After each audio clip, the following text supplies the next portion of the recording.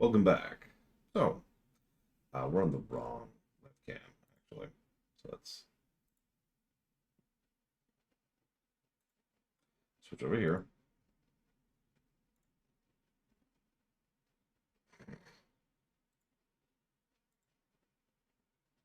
Just making fun of me.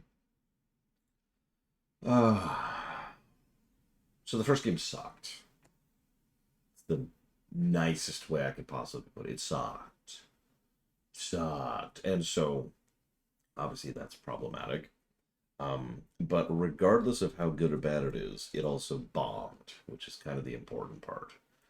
So they had some difficulties getting a new game greenlit. In fact, they tried several times to get a game on the GBA, a game on the GameCube, and a game on the Wii, and all of those attempts all failed. So they actually kind of walked away from the series and continued to do the shovelware that they used to, pay the bills in order to keep the company afloat and do their thing. No judgment, as usual. But then, every freaking one of these games, and I do mean all of them, has like something weird about their publishing history. Because the first game came out in the Game Boy Color, but late and had to be published by Capcom. This game was self-published, but they had to put it out on the DSi. And you're probably thinking, okay, well, I don't understand anything significant about that sentence. Well, the DSi was notable for one big difference between the DSi and the DS. It's technically a DS game, but what I mean by that is the DSi had its own little online thing called DSiWare. DSiWare was a very early prototype shop of what we now refer to as the online stores. So they were like, okay, we'll release it on a holiday thing as part of the 2009 holiday lineup. Or at least that was the original intent. Obviously, it didn't actually go for that, but you get the point. You get the point. And they were going to sell it for points, which, again, was basically making it an online purchase, which is weird. And it's not necessarily bad. It's not, like, indicative of anything. It just continues the trend of, huh? When it comes to this franchise. Either way, this is several years down the line, obviously. So it's been a minute since the last one. Let's go ahead and see how the second one fares, shall we? This is another one I have not played, to be very clear. So this will be a new experience for me. And yes, I know the screen's kind of weird, but trust me, it'll look a lot better once we actually get into it.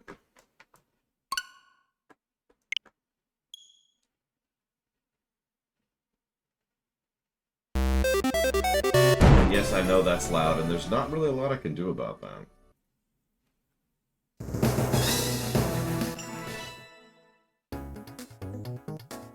See, now it's all quiet.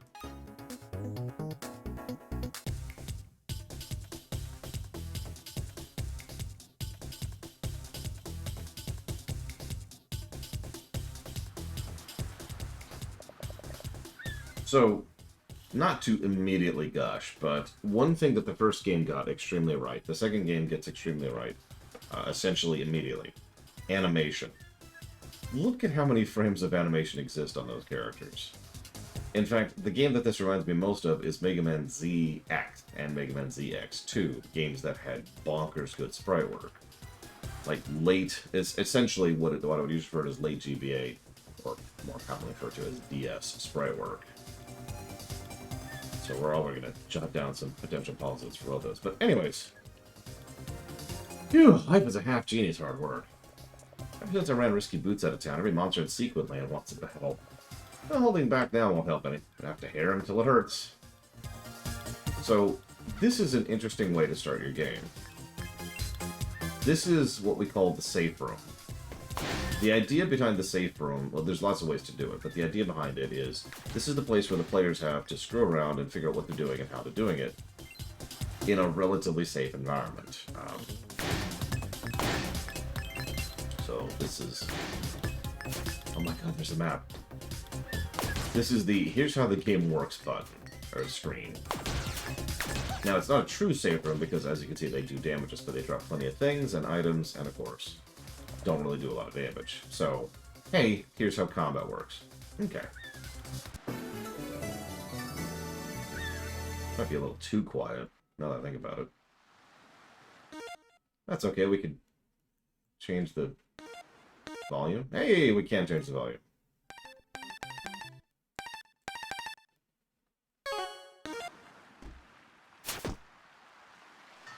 But yeah, that is some... I mean, I know we're going from the Game Boy Color to the DS, which is a hell of a jump. That is some good-looking sprite work right there. That's fantastic.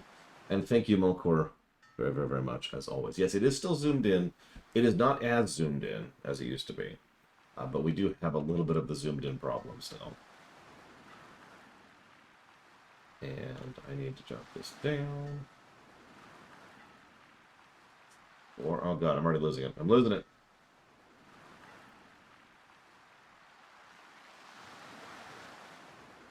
Towards trails in the sky block. Cogen, sword, rewind, and stray. You got it, Melkor. And thank you very much. Okay.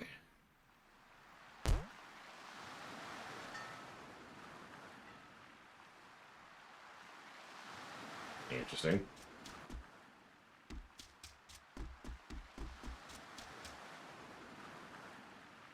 Yeah, notice that, and I hate to point this out, because it feels weird pointing this out, but once again, she has no jiggle physics. Her hair certainly flops around like crazy.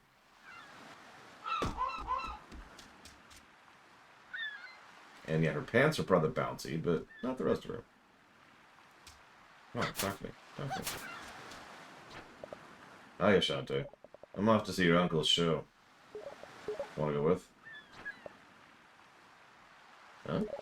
The Relic Hunter Expo's today? Yeah, Sky and Wrench flew in this morning just to see it. Oh my gosh, Sky's egg! I left it sunning in the bay. Don't move a muscle.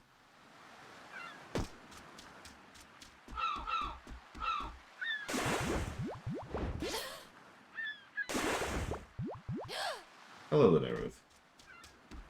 Yes, you missed the bad Shantae.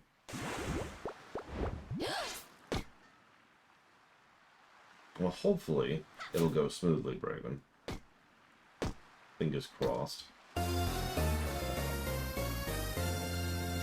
Yeah, we didn't die instantly upon hitting the water. We have stopped being water-soluble. See, that's... okay. So I'm pretty sure this is the Metroidvania one. And even if it isn't, I would immediately be inclined to think it is. Do you know why? Because there's a chest right there. And generally speaking, and I've talked about this many, many times, generally speaking, one of the best ways to convey the idea that you are playing a Metroidvania is to have an early area you can go through where you actively cannot see everything, or you can see stuff that you know you can't get, you do not have access to. So, like the thing we just saw, which is pretty much mandatory. So have I played a bad Shantae before? Yeah, about an hour and a half ago. Give or take. Literally the last game we just streamed. Got the egg, let's go. Whew. Smells like grandma. I'm sure that's normal. Yeah, it's fine. It's fine. You're the worst egg sitter ever. Don't blame me when Sky finds out.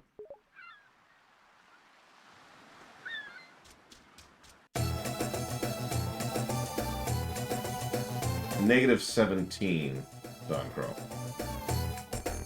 Which, if you don't have context, puts it below Mega Man X6.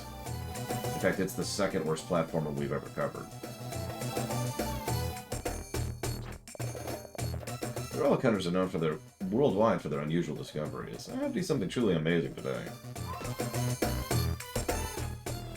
Oh boy, today's the Relic Hunter Expo. Us the old explorers always find the weirdest stuff from the old world.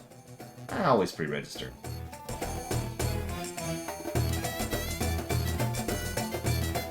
Yes, 10th worst game I've ever covered, period. At the moment. All these boats coming in, Scuttletown ain't got room to dock them all. Hey Shantae, what's it gonna take to get you back on stage? Quit being so shy. Okay, fine, we'll go dance. And grasping the white crystal firmly in hand, And up for several seconds on what appeared to be a common cliff face until... Oh my god, that's literally a Castlevania 2 reference. Psst. You're late. It's your sworn duty to practice stand against criminal element. Aren't you a grump? I'm guessing training week was a bust. Total disaster. My warbird hatchlings literally flew the coop. Well, besides Reg here. Speaking of which, do you have my egg? There's my boy. My boy. Has you taken care of him? Spoiled him rotten. You better have. Oops.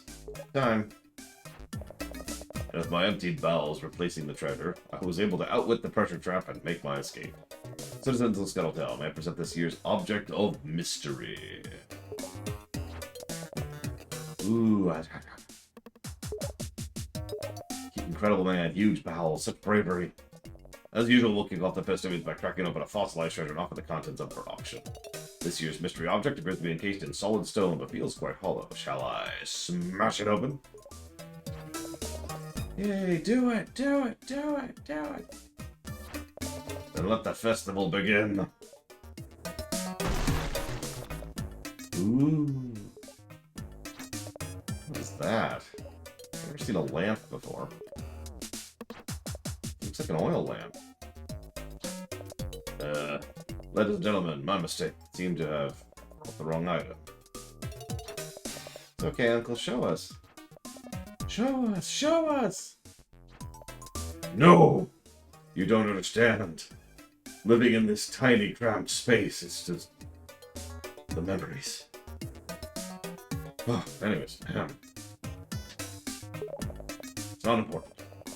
Move on to the next event. Please turn your attention to...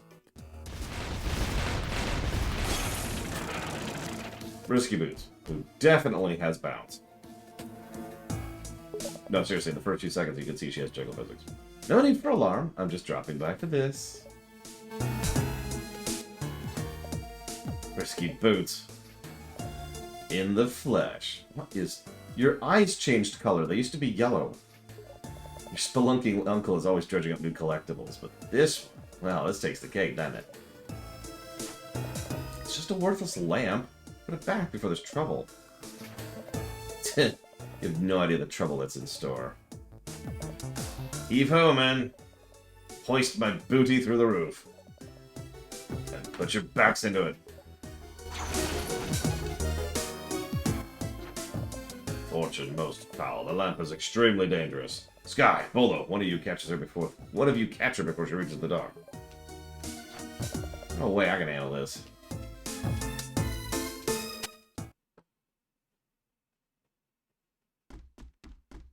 Right after I go home. Send Risky Boots or her pirate ship. I've lost her, I'll never live it down. Yoo-hoo! Genie girl, looking for me. Okay, I hate to quibble, but the way that that cannon is resting on the rest of the ship is really wrong. Risky, I'll give you one last chance to hand over that land. Now things are gonna get ugly. Yeah, they're gonna get ugly, alright. Let's see how you handle my brand new steam-powered oceanic tinker tub. What? Lock and load, man. Time for Risky's revenge. Roll credits. So let's attack aggressively.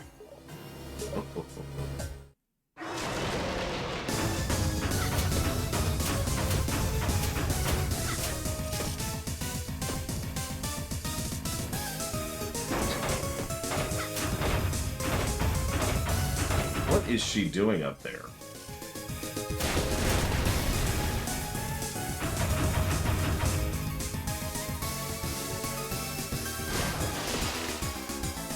Look at her.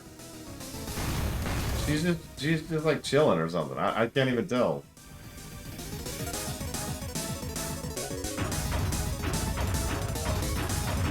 I was gonna say, considering how much that ship is moving around, she's probably getting a little bit wonky right now.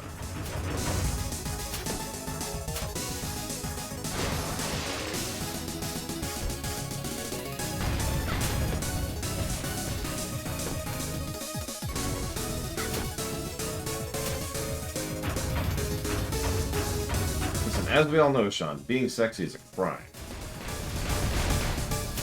Not allowed to be sexy. Not bad. You've learned a thing or two since our last duel. But no matter. With this lamp, I finally got the means to crush Sequin Land once and for all.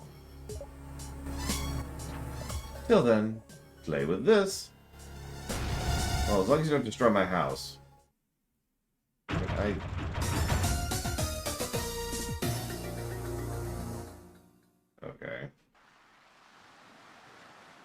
Is he literally just poking me? Wake up, are you alright? Quit poking me. She got away. Remind still, leave the situation to Sky and Bolo. But...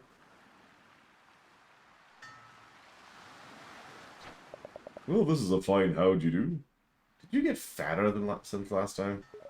Lying down on the job while that pirate runs pell-mell over my town? Ever since this pirate thing started, Skeleton's been going to the dogs. Hey, Scuttlebutt. Please understand she's doing everything possible. Who are we with half genies? We're a whole town. We need complete protection. Pack up your things and clear out. You're fine.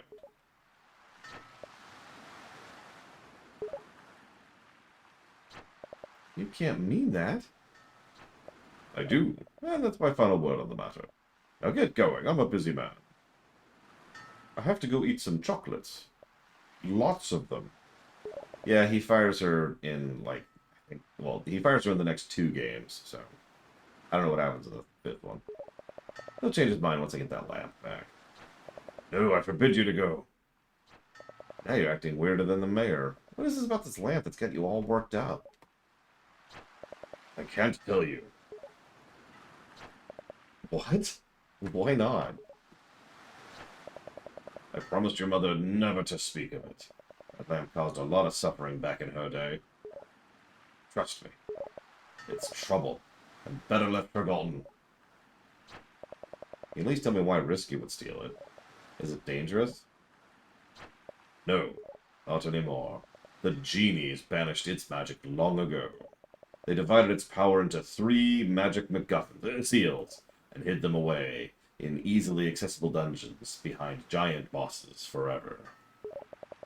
Even if the dog somehow restored, you remember how to use it. So I guess into the introduction of dark power into the series, which will be a feature in the next 2 games. Never fully explained, of course, but you know. Uncle, Risky must know more than you think. Otherwise, she ought to sell it in the first place. That's true. It's the potential for evil is too great. We have no choice. We must find all 3 magic seals before Risky Boots does. It'll be difficult and very dangerous. And afterwards, we must never speak of this again. You think up to the challenge? If it means saving the town from evil, you bet. I'll find those 3 magic seals and put an end to Risky's evil schemes once and for all. Get our house back.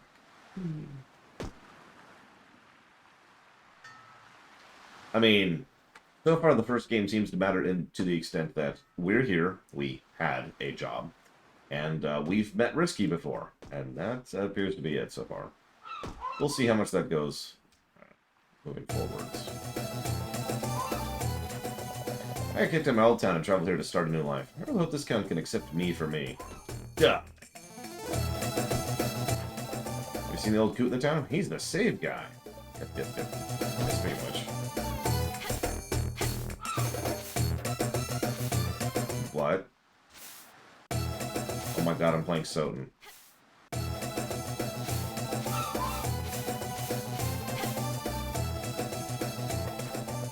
These arrow things on the ground, folks call them jump pad.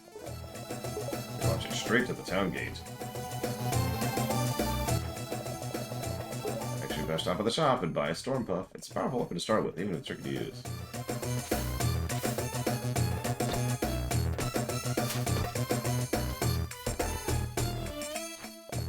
seen the other fishermen in town? Talk about fat.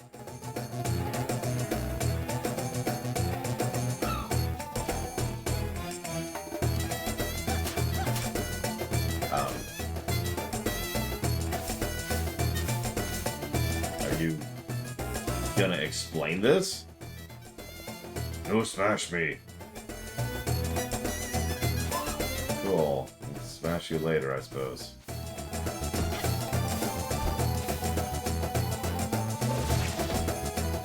Okay, gonna be honest, that's not what I was expecting to happen there. You've been skipping your belly dance classes? No wonder you can't remember any transformation dances. If you're feeling rusty, hold the dance button to do a practice dance. Thank you, Diabeepus, as always. Much obliged. And I will go ahead and jot that down for various things. Give me a minute.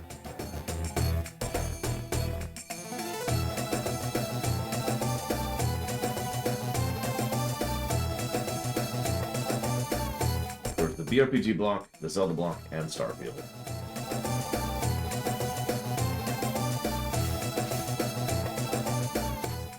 I'm famous for my magic jam. It spreads like a dream and tastes like a blood of heaven. Too bad monsters hijacked my loose thatch. If you find it, don't just give it away. Trade it for something valuable. Don't leave town without buying magic from the shop. I'd start with Fireball if I were you. Perfect for laundering attacks. And like night enemies. Don't leave town without buying from the shop. I'd suggest starting with a Pike Ball.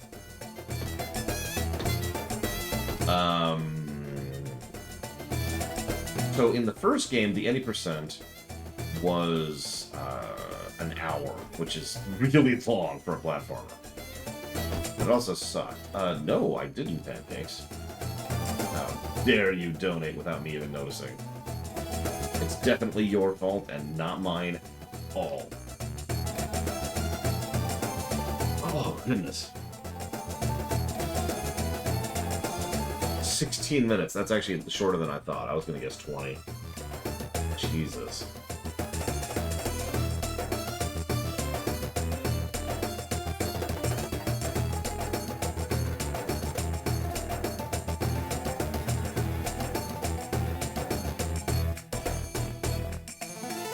So, you say towards the usual, Pancakes, but I don't think you have a usual, and I just double-checked to verify that sentence. I do appreciate the donation, Pancakes. Thank you. But help me out here. What's the usual? An hour for 100% is more reasonable for a platformer in general, I would say.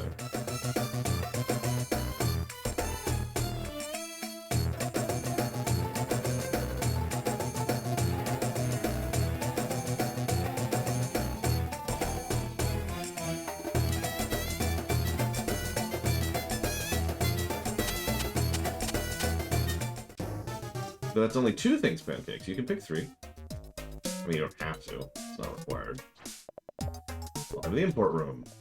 We used to carry all kinds of treats from the lands beyond, but since these pirates showed up, our shipments have stopped completely. I'd like to do something about it. Okay.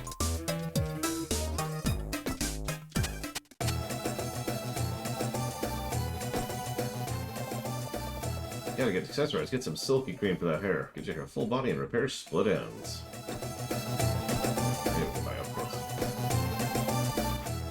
I'm 4. Okay. Hello, 4.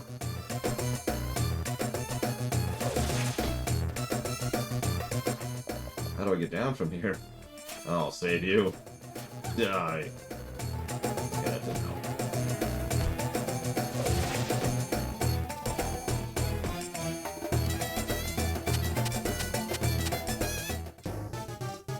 I might as well save while we're here.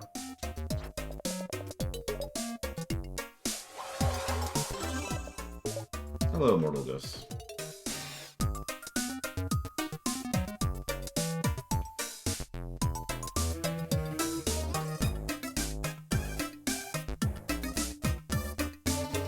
So, Lord of the Magic, which I did guess that one, and Starfish Resurgence, you got it.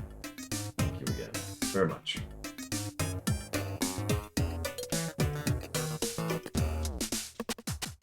Yeah, we're really trying to be Castlevania now. I love to run. I can always walk, but then I have to hold down my attack button all the time.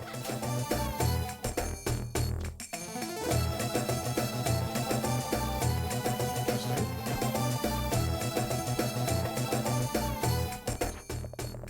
Don't leave town without a sequin land map. It shows all the save rooms and such. You can get one at the shop.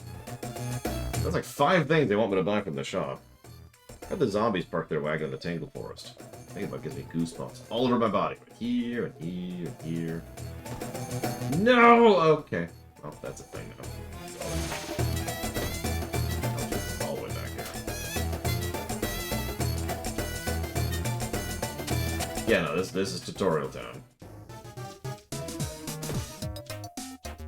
Try visiting your pal Roddy Tops. You can find her in the zombie wagon by heading east from the town gate. It's a straight shot through the field in the forest.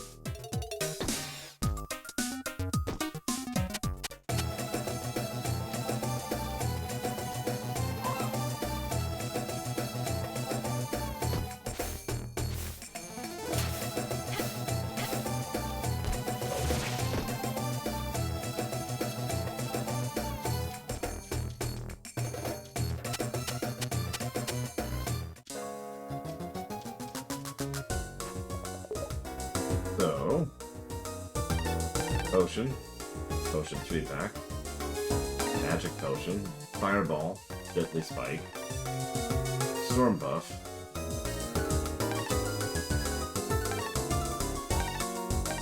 I'm not sure what these are. I know what Silky Cream is. So, increased attack speed, which is 200. See you around, Brigman. Hope the doctor's appointment goes well. And thank you very, very much for all of this. Again.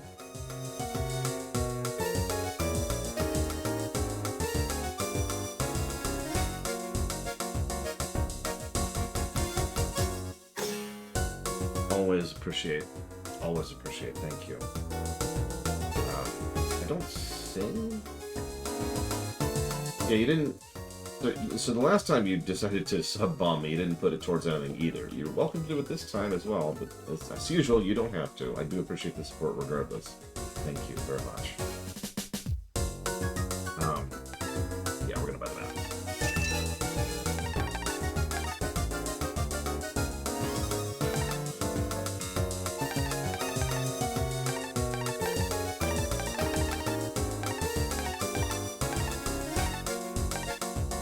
Okay, so if I'm reading the HUD here correctly,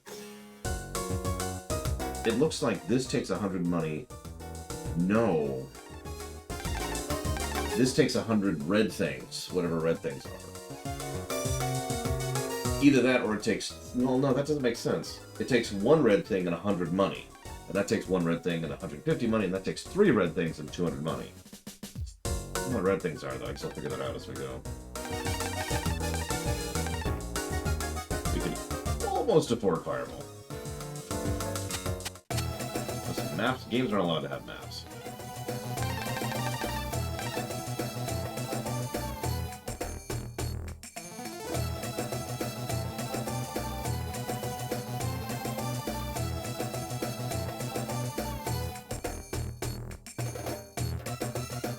I'm trying to understand what I'm looking at here. Hi, Sarah.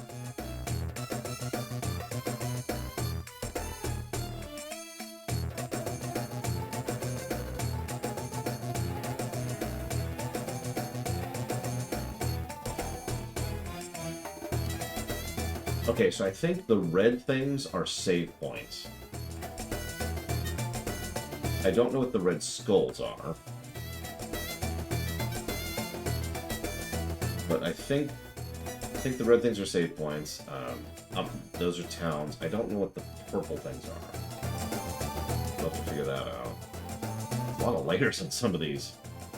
So, see if I can figure this out.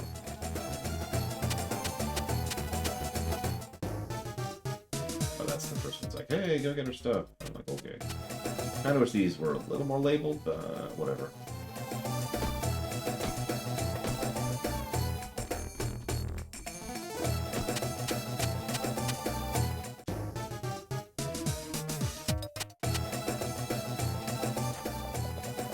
Oh yeah, she actually did mention her magic jam.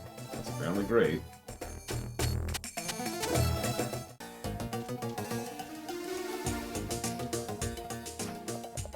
not sure what to do. Come talk to me or Bola on the weekend. I'll find all this simple counter. No, don't be afraid to ask for help. Okay, where should I go? Okay.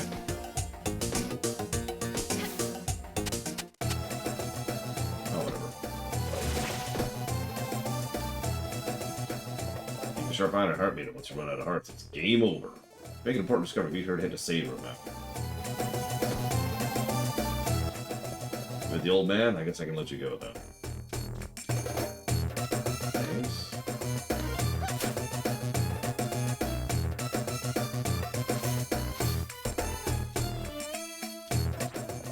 Monsters still roam the outskirts of town. Be careful out there.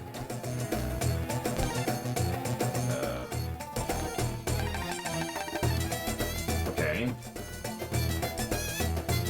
Well, let's see if we can figure out what those purple things are, shall we?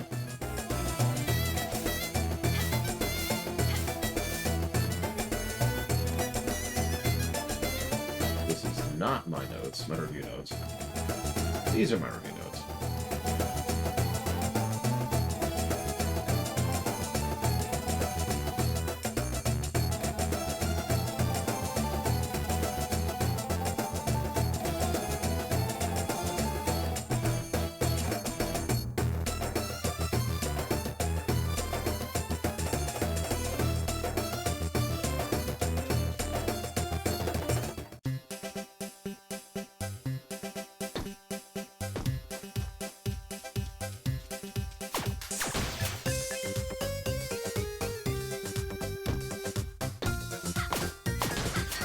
At least these guys aren't, you know, popping out of the frickin' bushes to kill me anymore.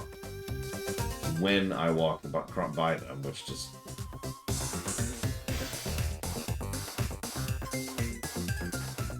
Greetings, stranger. I'm what they call a warp pedestal. It's my job to zap people from place to place. I'd like to help you out, but until my warp brothers wake up, I can't do squat. Okay, so that sounds like fast travel. And by fast travel, I actually mean waypoint. Excuse me, let me use correct terminology. So... waypointing, okay.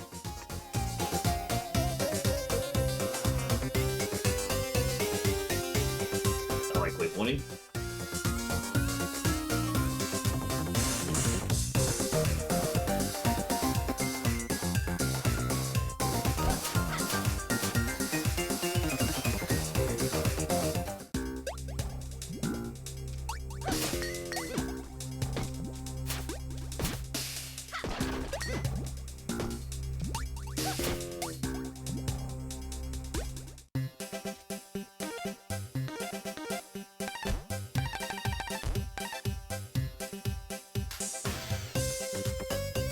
Let's see what that is. I'm pretty sure it's a save point. Let's just go test the theory.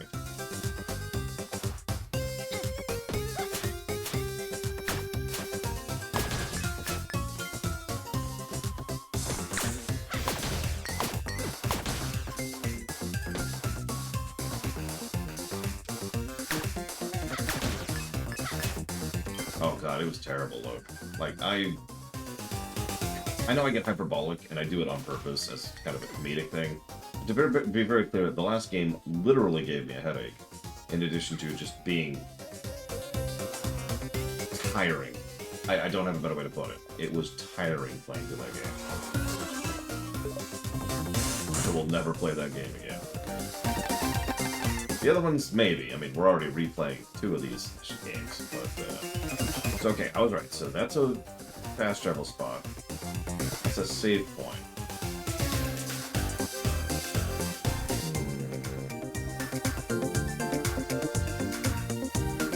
No save states that I can tell.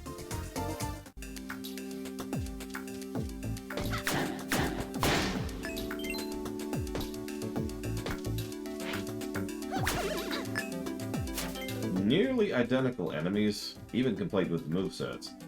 And the terrain design is pretty similar. Wrong game. I've never played this one, Melkor. But you're thinking of the other 2 I played, which I was really, really fond of. So they also do something apparently starting with here, which is something I rather enjoyed in the later games.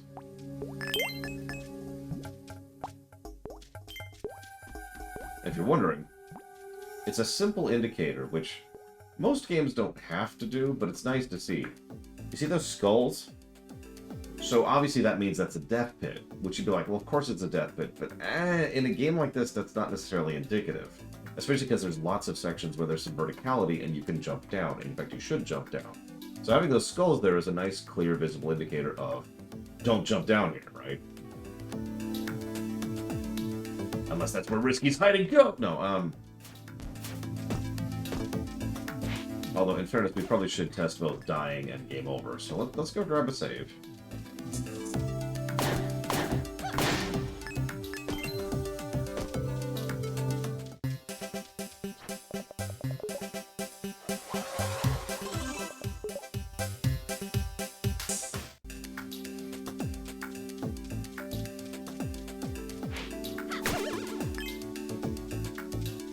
Yeah, I'm not gonna lie to you, I'm not super impressed with the terrain design. But we do have some decent other stuff, and it also feels a lot less actively hostile than the first game. Straight out of Mega Man. Oh, wow. No lives at all. You just go back to your save. Interesting. Now, that's not necessarily a bad thing.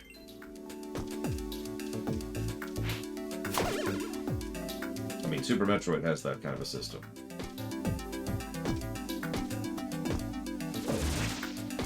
Oh yeah, and as usual, we have to have sexy Risky so that we understand that there's a value in game over. Yeah, it depends on the frequency of saves and the possibility of healing, and also how bullcrap the game is about killing you. If there's a lot of instant death all over the place, well then that sucks. But you'll notice dropping into the instant death pit, instead of killing us and costing us a life like it did in the previous game, instead cost us some health like it would in a Zelda game. So even though we only have the three hearts, we already have more of a gradient penalty for failure than we did in the first game. So that's good. I know a lot of this is stuff that I'm probably not going to give positives for, but it's a lot of stuff that I'm not going to give negatives for, so take it for what it's worth.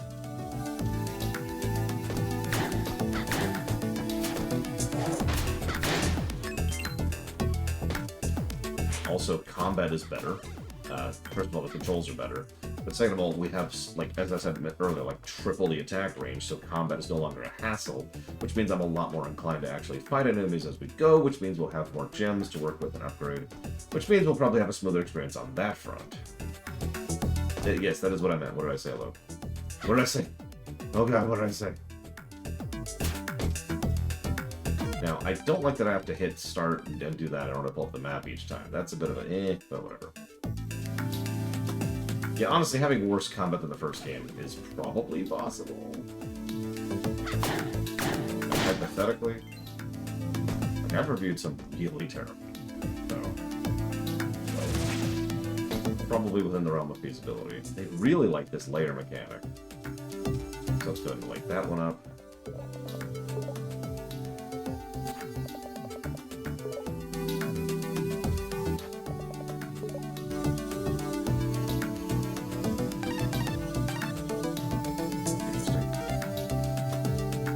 Tell my Cry 2. You know what? Fair.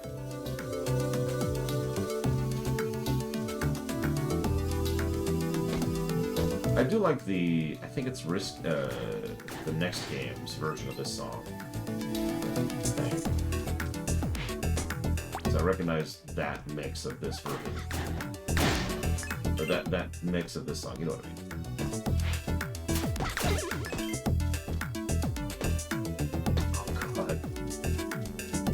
That looks like we're not supposed to be here yet. And there's a death pit. Ooh. Also, much more responsive on movement, which, again, not to be, but it means I can do more precision in my platforming, which is always nice. Hey, Baron. Is the phone game on Twitch? No input delay that I'm aware of. So that's a dude blocked to my west, so... this way. Also, you'll notice, even though we've technically gone across longer screens, like, think about how the overworld in the first game was designed.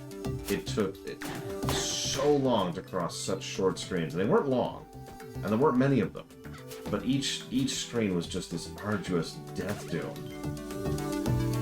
And we've already just blazed past. Here, let's actually count. 1, 2, 3, 4, 5, 6 screens, which is substantially longer than like the 3 or 2 that it was in the previous game. And yet it took us substantially less time and was substantially less frustrating. And we already have another save point.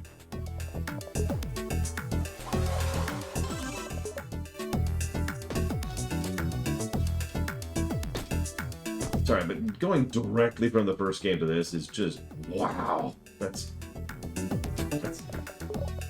who's out there, the lunch courier? If you don't have my tasty meal, then get lost. We do not appear to have save states, so ironically, we will not be giving the double save positive that the last game got for having save states. But saves so far appear to be acceptable. We probably won't give a negative for them. We'll see. We'll see. We'll see how it works out, because we haven't had any dungeons yet, assuming there are any. So already we've encountered 3 things we can interact with that we will eventually be able to interact with, but we can't yet. It really did, man. It really did.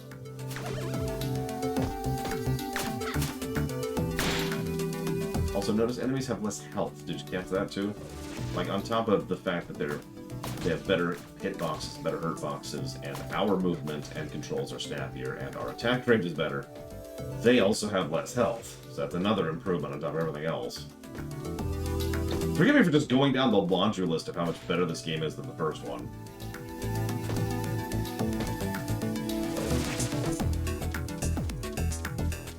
God, I can't tell you how relaxing that is. Like, I've talked about this concept before. There's a tension I don't know how to explain properly when I'm reviewing a particularly aggravating game. Not necessarily a bad game, but an aggravating game. I've told you about the difference between that. And there's just this weight on my freaking back whenever I'm reviewing an aggravating game. It's really frustrating.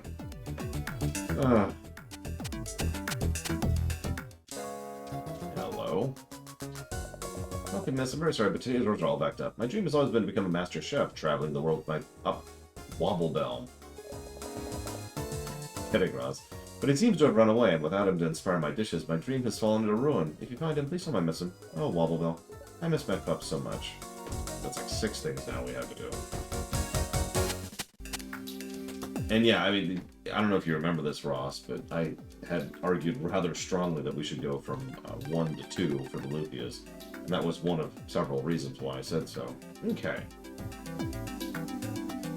So, we've completely swept this side of the map that we currently can. Exactly, Sean. You get it.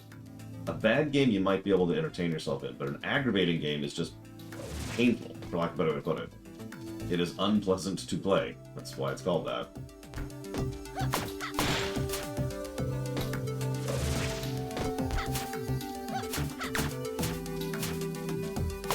So, I'm already feeling positives for controls, for brickwork, and for music.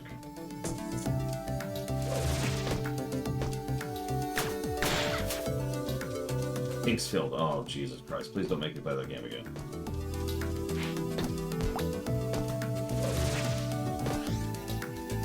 I do also like how you can kind of see the layers as you're going. And by kind of, I mean totally. Like, there's literally an enemy visible right there. So we know there's going to be an enemy when we pop in. Now, I don't know that they did this deliberately as a reaction to the first game, but remember how the first game had sections where you could jump into an area, and because of the zoomed-in thing and because of the level design, you just jump into an enemy that you could not have known was there until you made the jump? I just am amused that they bothered to go out of the way to make sure that you can see the enemies in the background. That when you jump back there, you know that you're going into an area that has an enemy right there. Just really showcasing how much they're trying not to be the first game here.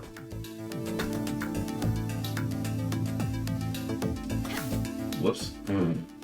Sorry, it's both L1 and L2, so if I rest my fingers there at all, it does that. That's what's happening there.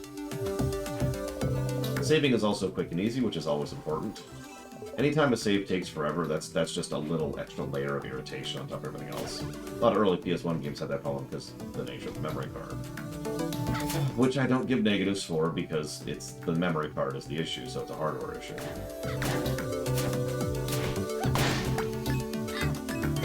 Still irritating. So if you have a game that takes that long and doesn't have a hardware issue limitation, that sucks.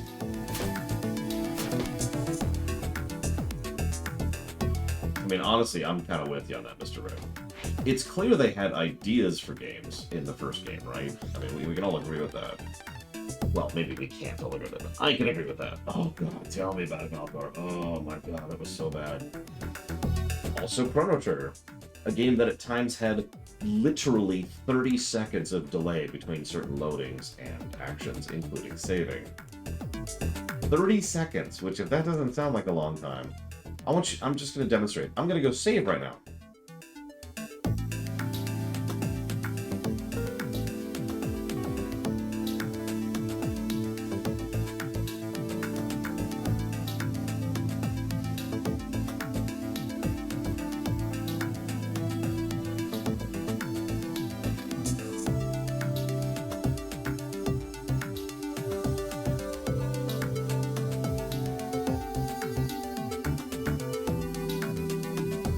And it just saved.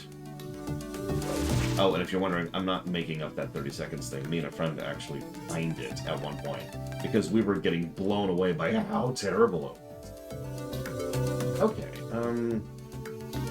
let's go do this. Whoops, let's hit the wrong button.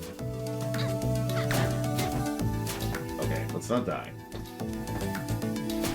What if they drop health when, I'm low? It looks like no. I'm in the right layer. Gonna be a little cautious.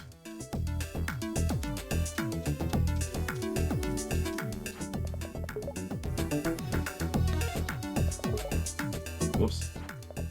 Why does that default to no?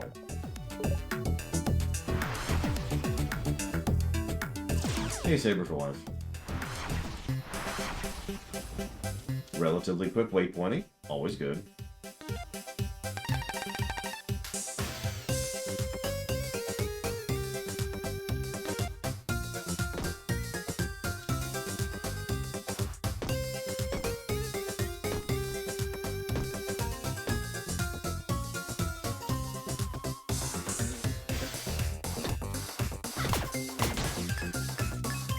A little low in health. We should probably not bop as much.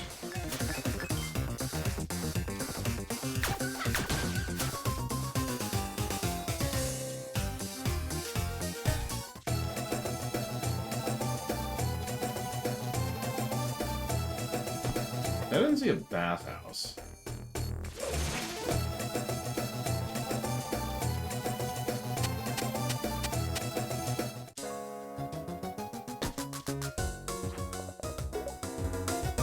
Let's see. So we don't have any magic jars still, but they kept recommending Foya Bowl.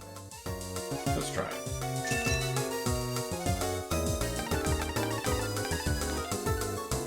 I'm honestly falling in love with this artwork, very much so. The animation and sprite work are bonkers good. Of course, Melkor Blade. Okay, so. Actually, hang on. Let's do this. I think it's here. Yep, I'm right. I mean, don't mistake me. I enjoy the visuals of later games quite a bit, actually. Did not heal me. Interesting. Do you have... I meant to ask you, Yura. Sorry, thank you for reminding me. What's some other games they worked on? Mr. Kneeboard.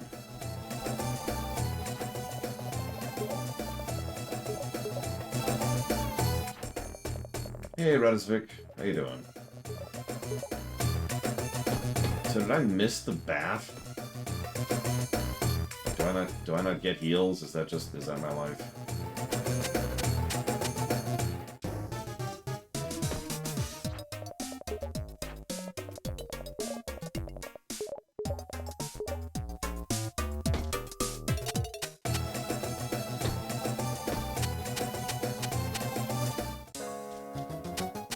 hitting every room at this point, because I clearly missed something somewhere. This is skies. Would you believe I haven't played any of those? Zero. I feel deprived now.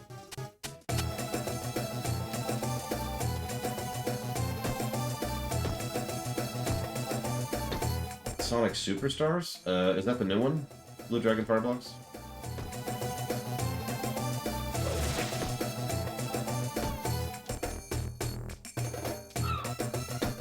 Either way, in general, hypothetically, what you're saying is totally feasible, and we've actually done that before. There's been times where it's like, hey, we've got this new game. Maybe we should... Like, we're adding Mario Wonder to the 2D block of the Mario Wonders. Or, the 2D Mario block, excuse me. For example. So, yeah, no, absolutely. Do we even have a release window for that yet? Let me jot down a note about that. Because I have to update. I like the blocks concept, but I have to update like 5 separate things every time the blocks change.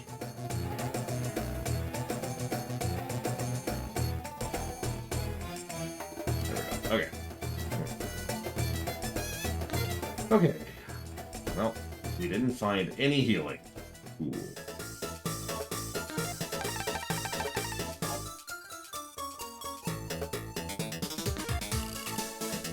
Well, first of all, we're not 100% sure if it's a BRPG yet. Second of all, I mean, that's insanity. The BRPG block is, if I'm being honest, already a little bit too long. Morrowind, Skyrim, Fallout 3, Fallout New Vegas is not a small amount of games. Hearts! Holy crap! Okay, that was a thing. I wasn't expecting Ninja Gaiden spawns.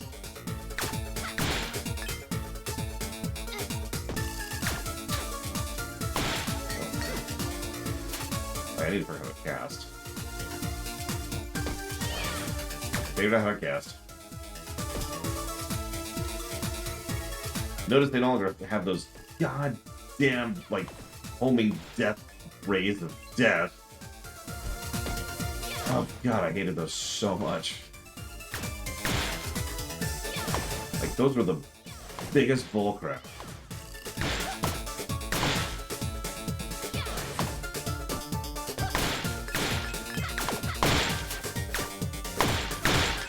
Yeah, I'm actually looking forward to reviewing Morrowind, because I don't think it's going to review very well, but it's still going to be an interesting game to review.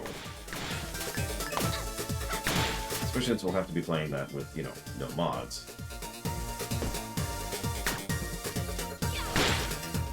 Art.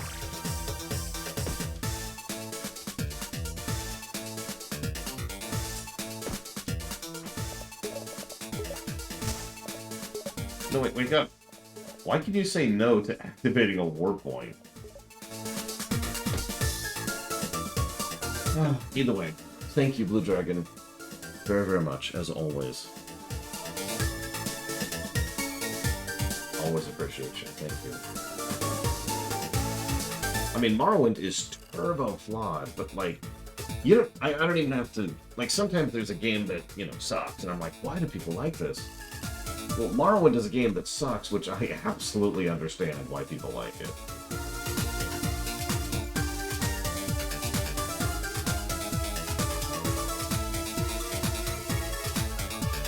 I mean, we're going to play it without mods, Melkor. That's sort of how we do things. So, yeah, we'll be playing the vanilla experience, which should be interesting. Anyways... As we proved, Oblivion is enjoyable without mods, so it'll be interesting to see how Morrowind fares.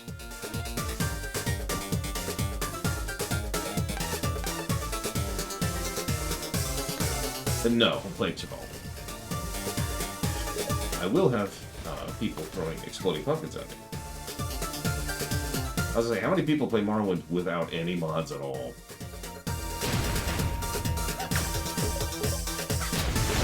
Then again, while we're on the subject, how many people play Skyrim without mods? That's another thing we'll be doing.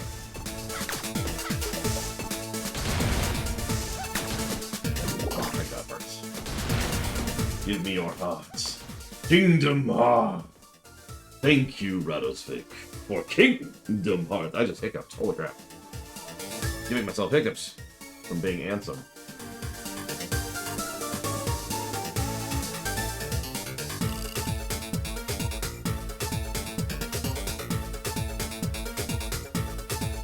Oh, I'm sorry, Zach. What's up?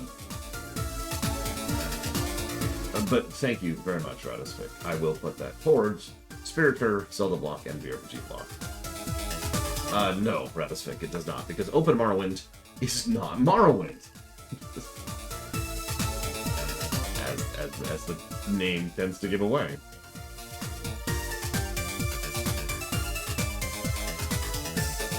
And thank you, Sean. Always. I saw that, by the way, Sean. No PC port for Red Dead Redemption. What the crap?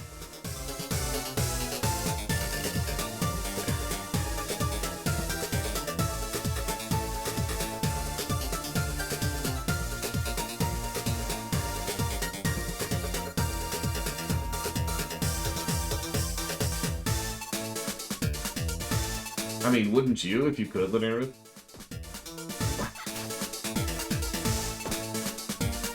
Okay, maybe you wouldn't. Lunaruth loves beating people up.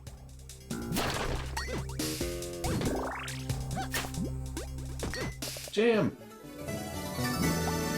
Delicious jam. I'll say, I can't beat up people with my hair, because, you know.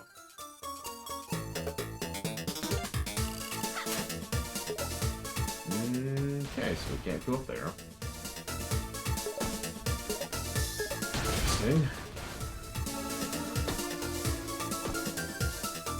Well, we need at least 6 that I know of right now, Crazy Horse.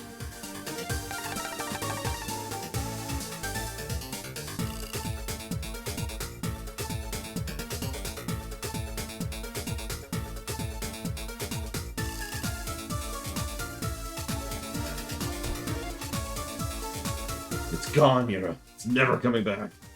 Ever. Until we go back over there.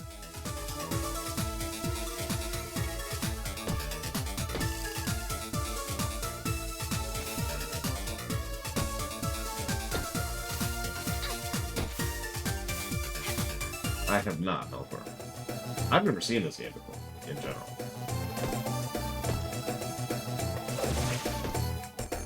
So I got it, Chris Ross. It's just...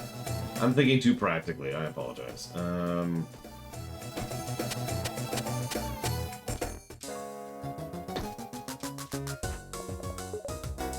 Honestly, I wouldn't be surprised if this is shorter than the last one, because, you know...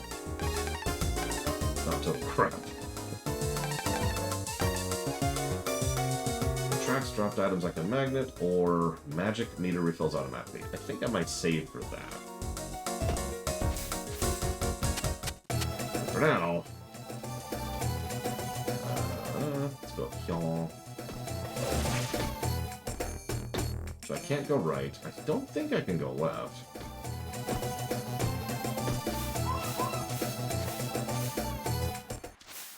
Whoops.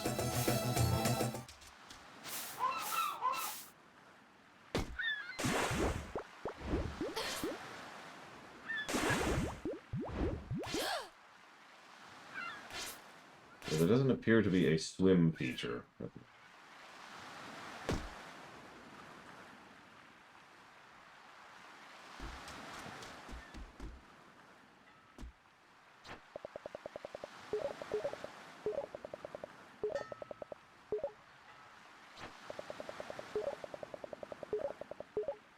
Read all that, so that's nothing new. Swimming, diving, same difference. Okay, so I have an unusual problem. Let me explain. So I need to find a dog for the house in the far right end over there. I need to find a way to smash enemies in several locations, including being able to go straight right here. I need to find some way to go up tall things, to go up there, and there.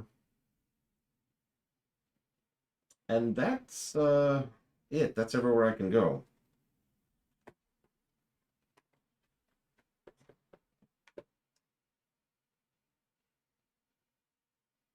This is a weirdly early on period to be stuck because there's obviously something, and it's probably something extremely stupid, and by which I mean simple and easy.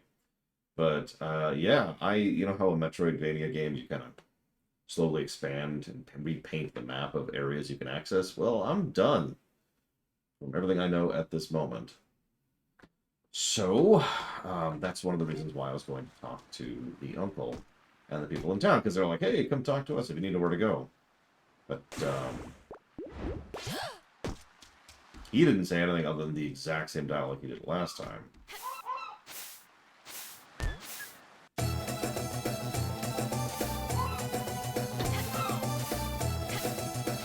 Yeah, let's talk to Bolo again for a second.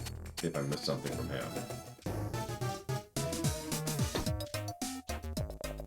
Try visiting Roddy Tops. You can head east from the town, through the field and forest. Okay, yeah, that's exactly the thing he said last time.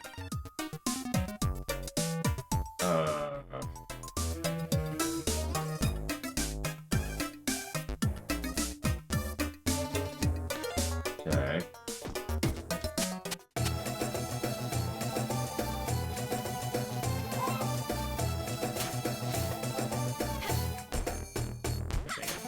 That's really sensitive.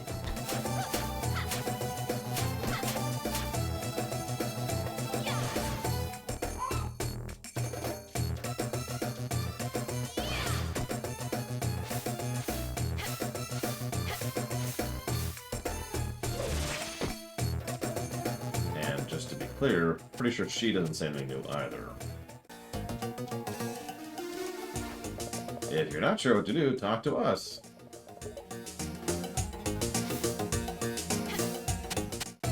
Okay.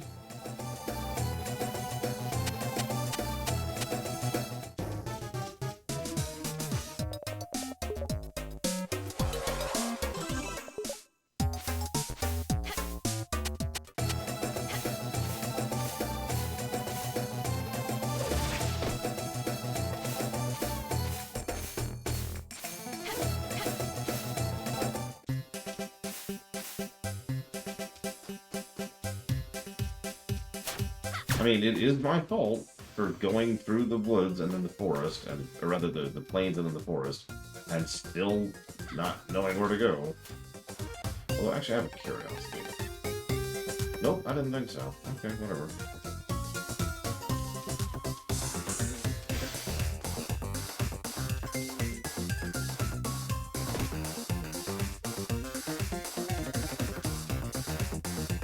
I get the weird feeling you like this song, Sean. Yeah, that requires that, which I don't do. Although, actually, while we're here, we go on mono a little bit.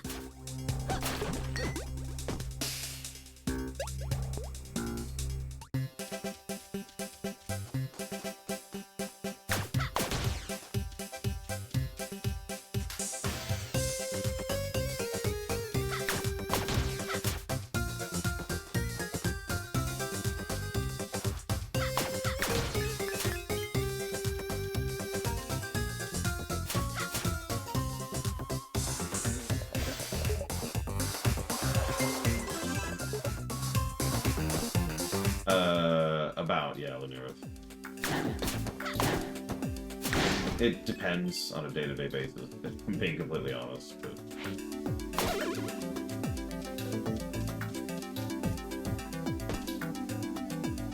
pretty sure we went in here last time. Yeah, that's because we did.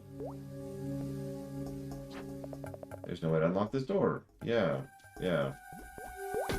So...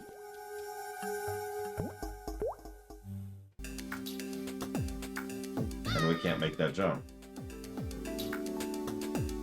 So I'm just gonna Google it. I'm not gonna spend any more time here. Let's just Google it.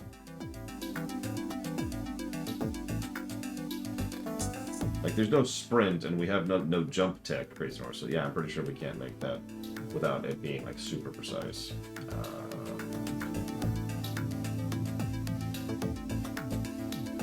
It's probably something really, really, really basic and simple. It always is. It's always something that's just like, ugh. And I'm like, oh, right. I'm a moron.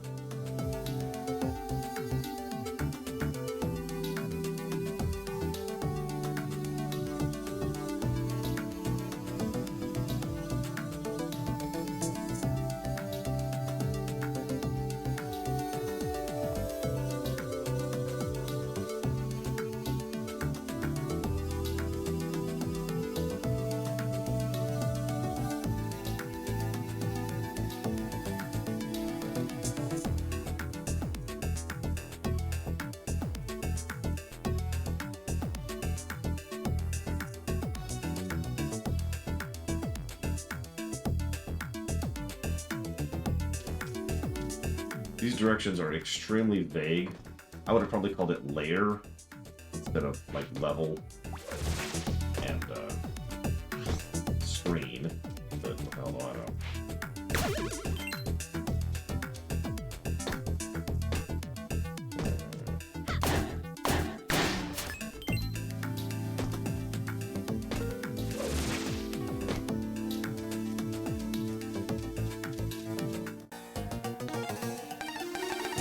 I told you it was something amazingly stupid. It always is.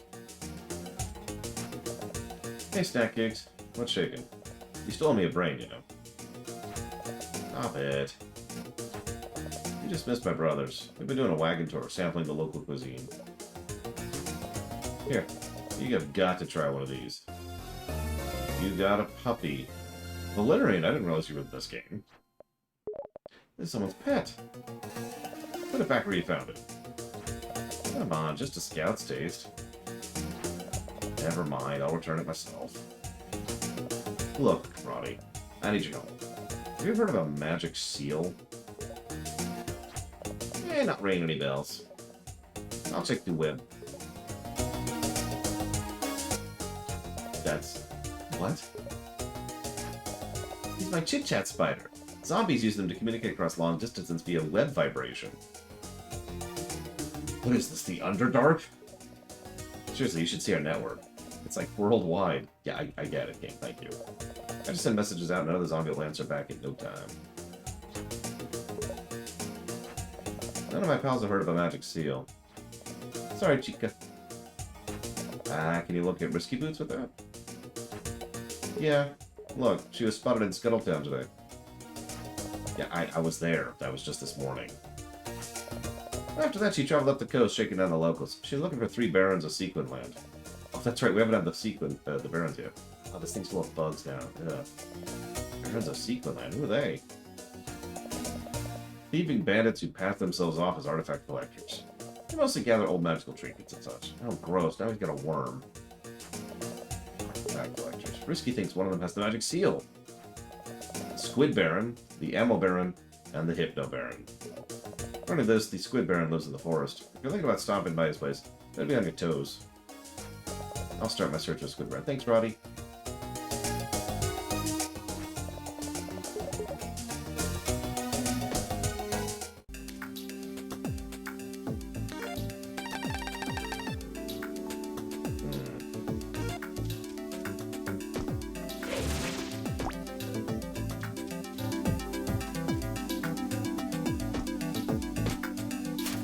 I was gonna say, I've actually been here, but I think I was mentally on the wrong layer. Wonder I missed the damn thing.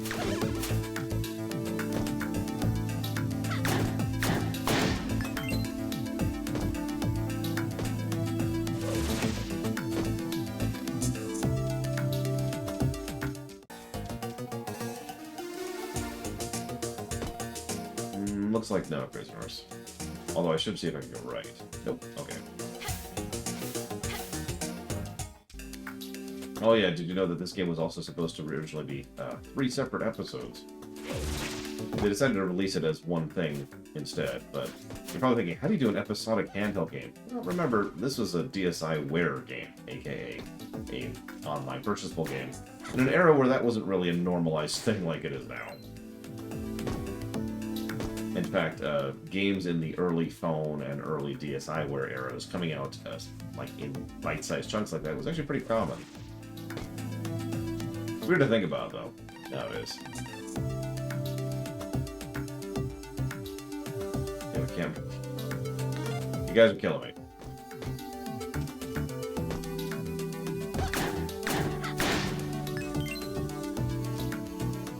I mean, I guess that wouldn't technically matter for our purposes, but still, it probably wouldn't help the series. Fun fact, this game did sell pretty well. The DS was, of course, one of the most successful consoles in the history of gaming, and DSiWare was actually pretty successful for what it was. So, it had some advantages going for it.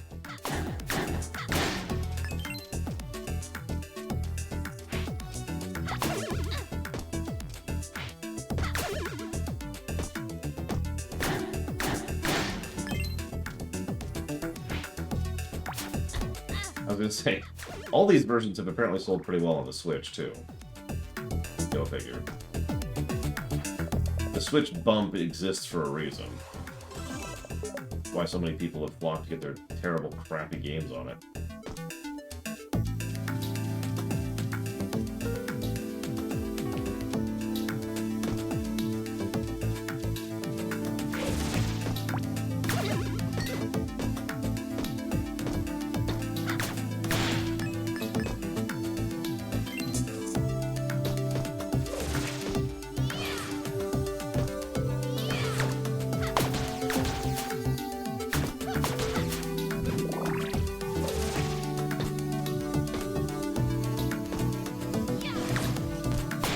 Yeah, I was gonna say, 2014 feels like just yesterday, doesn't it? It wasn't. I was already doing this job, I think full-time? Yeah, by that point. Found your puppy. Can it be? Is that my Wobble Bell? Please, can I have my precious pup back? No! My puppy. Wobble Bell, you're back! Oh, seeing you again fills me with vigor. Oh, miss, how can I ever thank you? Oh, I know. We'll start by trying my latest recipe. Stand back and watch me sizzle.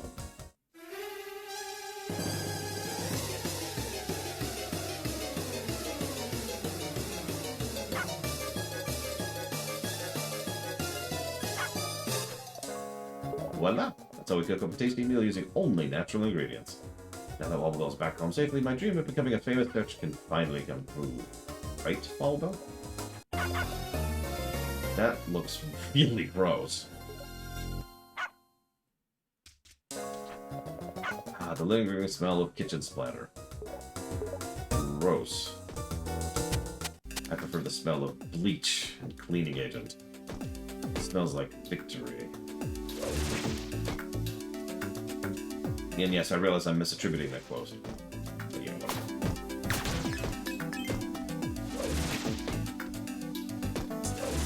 Oh, shut up, Crazy Horse. Making fun of me. Oh, wow, Alien Knights. What games came out in 2014? In general, like, obviously, you just made one, but some stuff that came out in 2014. Just to get a little bit of a perspective on it. That's right, Dragon Age Inquisition would have come out about then. Because we streamed that when it came out. Because again, we were streaming by then. Heavenly smell. Great snap! Is that a tasty meal? Hurry up and bring it inside. You got it. Bye. Let's save first.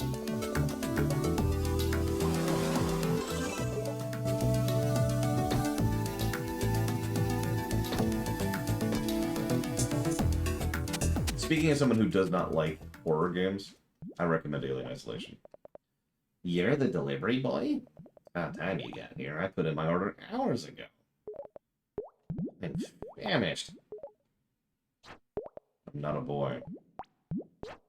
Whatever. As long as you brought a tasty meal, hand it over. Gross. Man, I hit the spot. What do I owe you? I'm looking for a magic seal, and I hear you have it? Yeah. Okay, look, no need to get worked up, right? Let's both be reasonable. Can we be reasonable? Yes. Okay then. Dine and ditch. That guy is so dead. So I'm guessing Dungeon 1.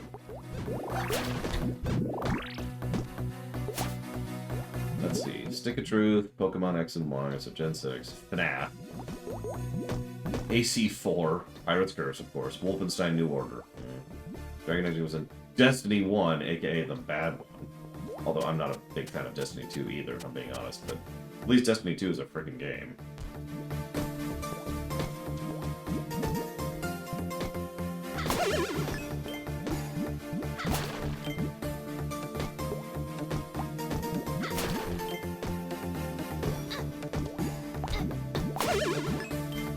Dark Souls 2. That's a weird thought. Because how many games are we past Dark Souls 2 at this point? There's 3 came out. And then Sekiro. And Elden Ring. I guess that's actually it. I remember GTA 5 came out around then. That's another game we streamed when it came out, by the way. Every now and again I find it just like have one of those weird mental disconnect moments, because I've been streaming for over 10 years now. In fact, it'll be our 12th anniversary this year. And that's just weird to think about.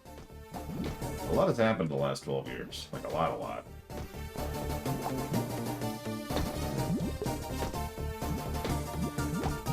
By the way, you like that image of, like, the temple in the background there? Warlords came out in 2014. Which also means, that would have been Heaven's Word, I want to say? Down in the FF14 side.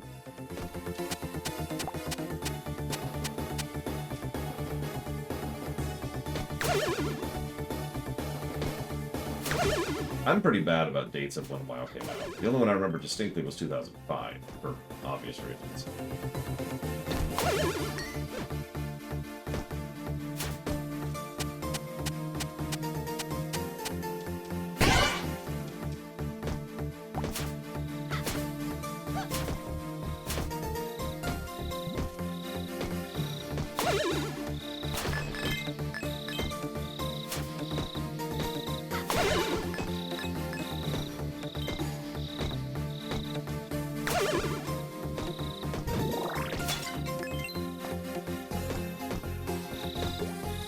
Excuse me, Heaven's Word was 2015.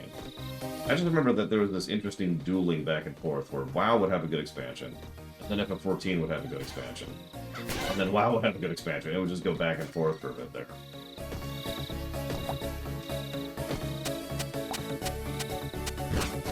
I mean, the trend is still continuing, which logically means that Dawn Trail is going to be a bad expansion.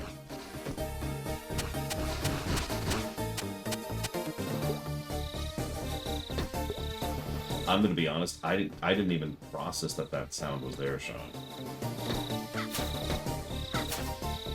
Until you said something. Stormblood was good. Just gonna back away here. No, I'm glad people like Stormblood. Because, you know. Have you not seen Dawn Trail, people in the neighborhood? Like, it was last week, I'm pretty sure, is when the trailer came out.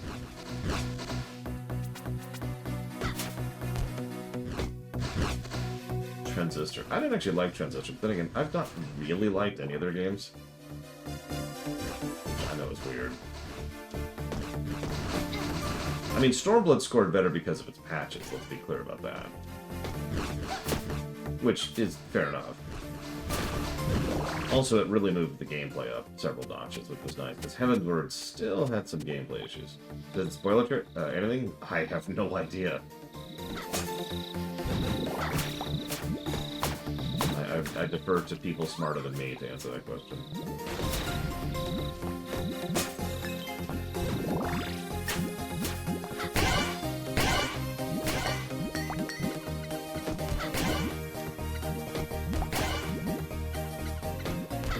Yeah, I can't remember the name of the studio. The studio that does that stuff, Transistor, Bastion, and the basketball one, I can't think of the name of.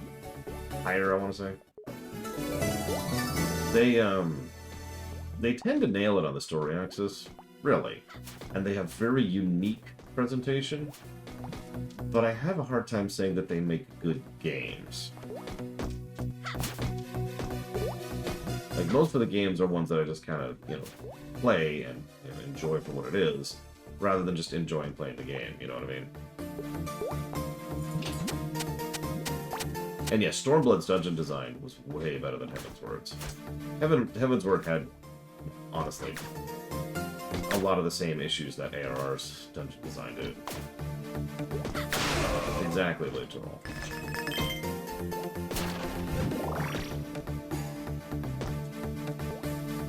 The original Shovel Knight.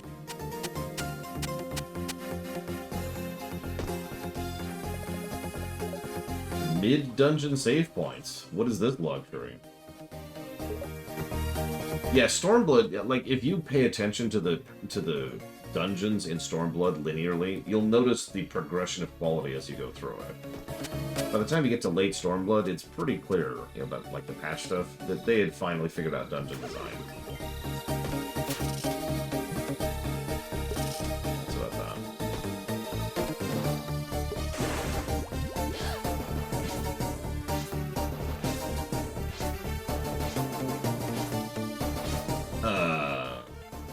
Good question. What's going on, question bot?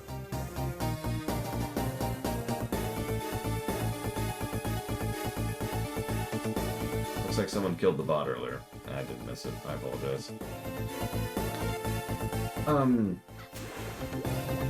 So I will say this, and I don't think this is a spoiler for narrative. Dawn Trail is billing itself as a breather expansion, which is good. In my opinion. Now, we'll see what they do with that, because that can go a lot of different directions.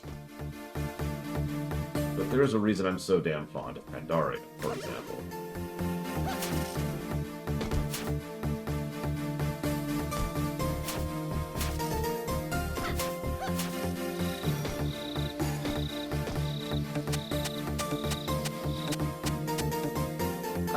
I mean, okay.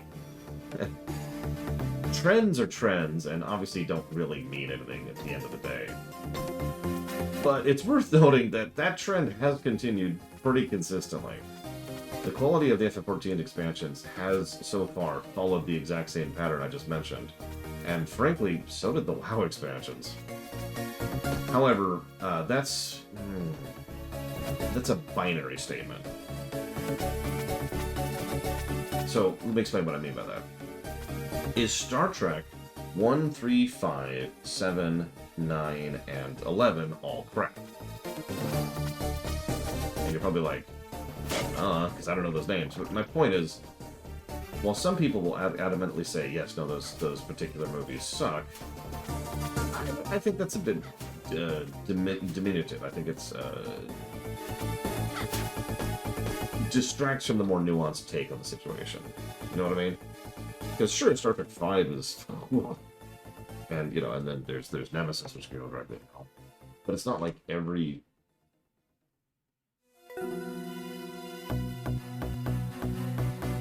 odd Star Trek film sucks just across the board, and it's not like every even Star Trek film is good across the board either, right? So, yeah, no, obviously, the quality in general of the FF14 and WoW expansions kind of does this, but I don't think that's literally a linear thing. Having said that, no, I was of course joking. Dawn Trail would be the good one, Endwalker was the bad one. Anyways, so.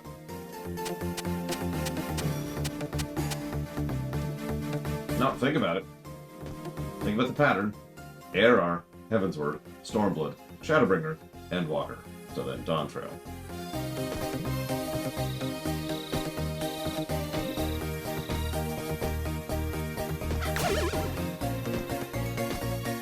And if I'm being honest, I did have several issues with Endwalker.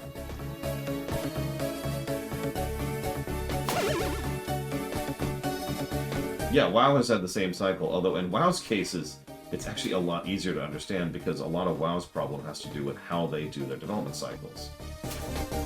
They literally have, or at least they had, they don't anymore, by the way, fun fact, an A team and a B team. The A team gets all the support and resources and is, you know, the star developers, writers, composers, etc. The B team is not. Now, there's a logic to doing things that way, but it does mean that the B team expansions tend to be a little bit, It is worth noting that they have discontinued that policy, for whatever that's worth. Dragonflight was just made by, you know, Blizzard, the WoW team, the one WoW team.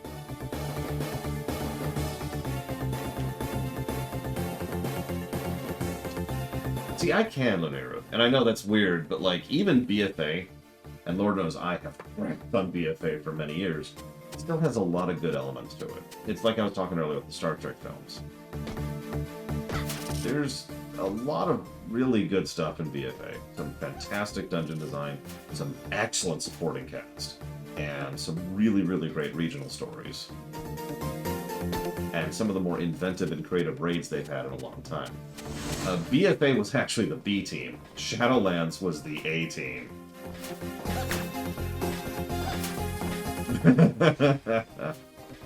Now, it's worth noting that there's more that goes into that because, like I said, they don't have an A team and a B team anymore. And part of the reason why is because of what was happening to the company right about when Shadowlands was being developed. AKA in the middle of BFA, when most of the A team quit the company. That was also when the allegations first got started, was in late BFA.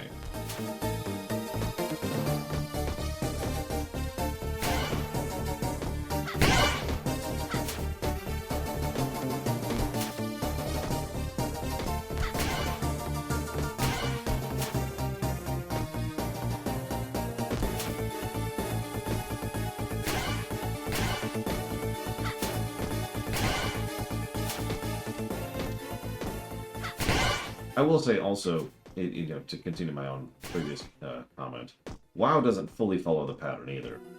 Because we had BC, which was bad, but BC was after Vanilla, which was bad. And then there was Wrath, which was bad. But then there was Cata, which was good, then Pandaria, which was good, then Warlords, which was bad. Then Legion, which was good, then BFA, which was bad, and then Shadowlands, which was, who knows what the hell was going on there. Jackass.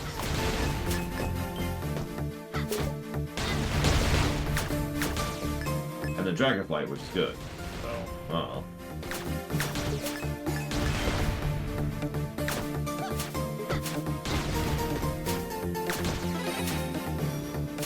Probably a key. Yep. Notice I haven't had to constantly be just looking at a map in order to figure out where I'm going so far. Good sign. Yeah, Warlords' biggest problem, really, is that they quit developing it halfway through. I know I've said that before, but it really bears repeating. Warlords is a legitimately good expansion until it just sort of stops. It has its issues, has its flaws, some great cutscenes, some fantastic quest design. Most of the modern quality of life features we enjoy in WoW actually showed up in Warlords. That's when they added those to the game. Like, there's little things, too, like the fact that the quest items no longer take up inventory space. That was Warlords. Why did they quit developing it halfway through? So we don't know the exact reason, but we do know that everyone who was working on Warlords and all the assets and resources which were supposed to go to Warlords were immediately turned over to Legion.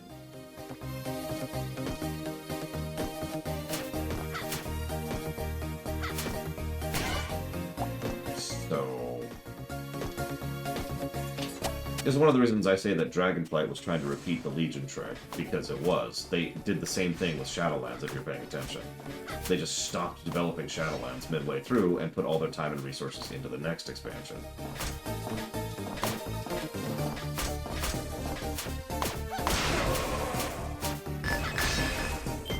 I do think Warlords suffers pretty badly from some presentation issues, which is part of the reason why I did the World of Lorecraft of Warlords in the order that I did, because I think it works better. But yeah, no, they sacrificed Warlords in order to gain Legion. That's exactly what they did. Whether it was the right call or not, it's not me to judge. But it's what they did, regardless. And they sacrificed Shadowlands to make Dragonflight. Shrug.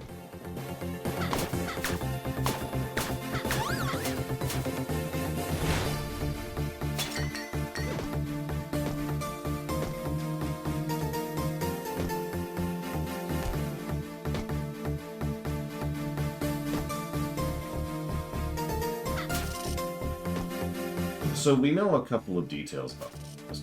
First of all, we do know that a lot of the developers that worked on WoW were looking to get out of the business. We don't know why, because here's the thing you have to take into account with that. Yes, Nameless Bear. One of the biggest. So okay, let's say that Lunaruth is working on making an album. She finishes the album, she says, I'm retiring. Now she then retires and finishes her work, then we can infer, based on that, some of her motives for doing so. But if she retires to go work on something else, then generally speaking it means that something was wrong with the place she was working at to begin with. All of the WoW devs who were looking to get out of Blizzard have gone on to work somewhere else, continuing to develop. So that's a pretty clear indicator that something was going on, or some things were going on, and the so-called core team were not particularly happy with what was going on where they were working.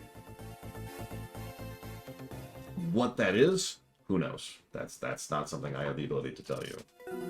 But they wanted out, and so they got out. So, like I said, after Metzen really pushed for his superhero story, Titan, which eventually became Overwatch, and that bombed and failed and flopped in every way, shape, and form, other than financially. Basically, they gutted his baby, let's put that as bluntly as possible. He was already like, well, this sucks, and he clearly wanted out because of that. But then he left the company entire, so something else was going on. But again, I can only speculate on what. And I wish I had that figure, Jesus. Who purchased my magic fountain? I sense a restless energy deep inside you. Channel your passions, allow the magic to take shape. Monkey.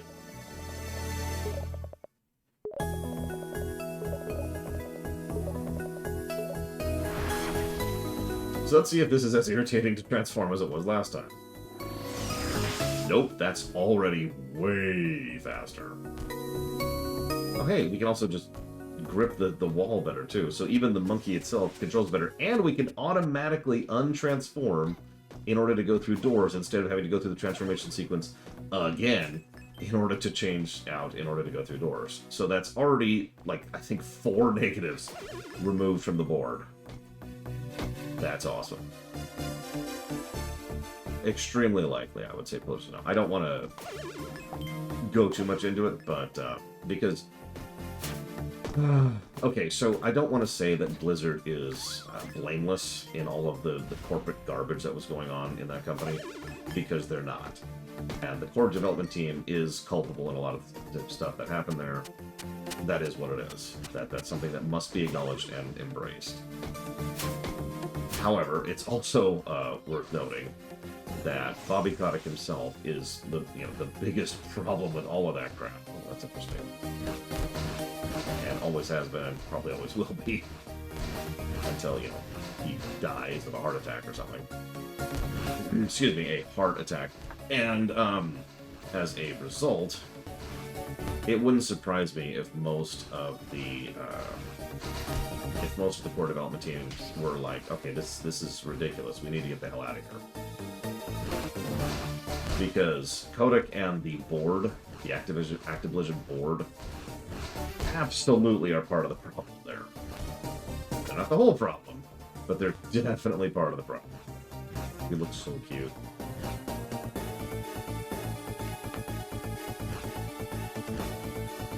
Also notice we already have more money because the itemization is better. This is just so much better in every way. It's kind of bonkers. So let me collate my thoughts a little bit here.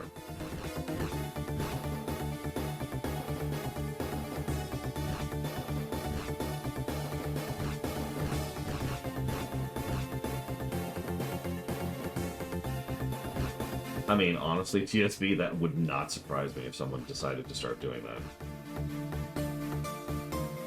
The acquisition is... I told you this a year ago, later. Nobody believed me. Nobody believed me. I was accurate within a week of my prediction of when it was going to happen, too.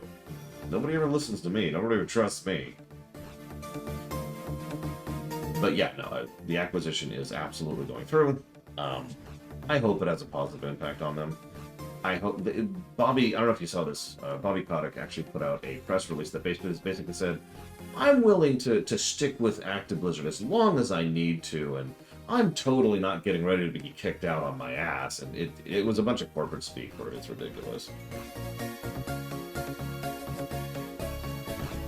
Well, then, you weren't listening very carefully, Linnea. I'm dead serious. There's video evidence of this. But if you remember, I covered the acquisition over across like 3 weeks.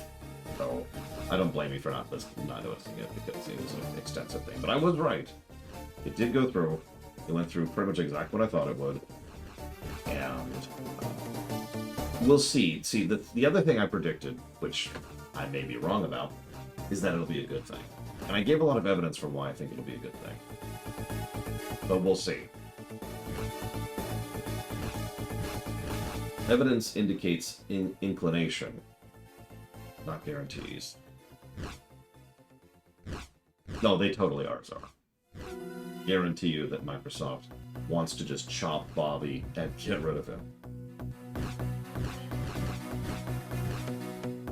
More thunder. It's 2 days in a row.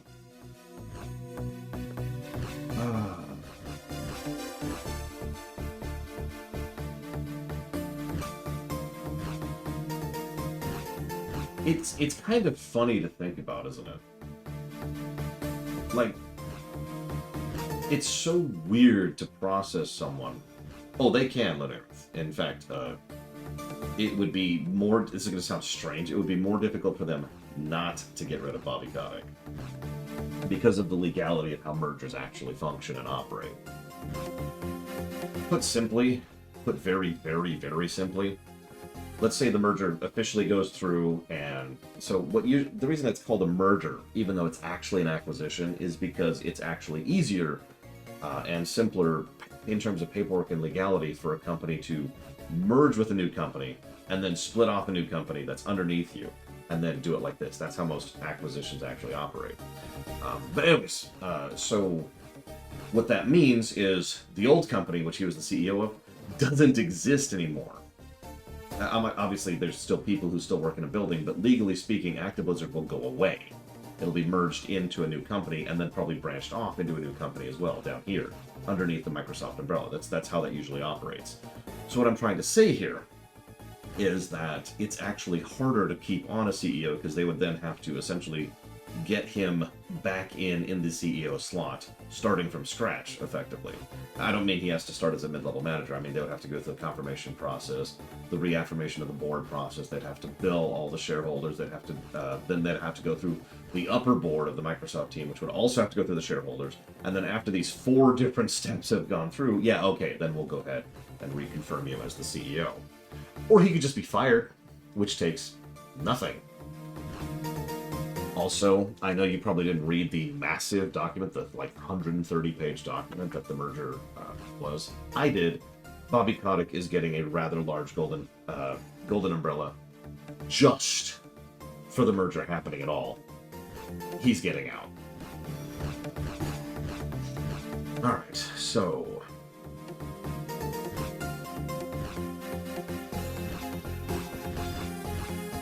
What's the name of this place? This is...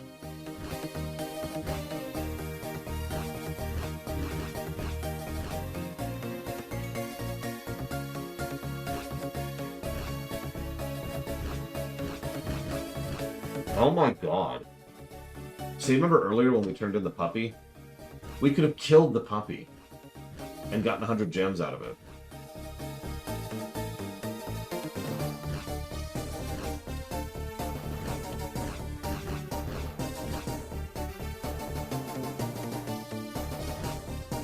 Oh, absolutely, Linnea. I do. No question.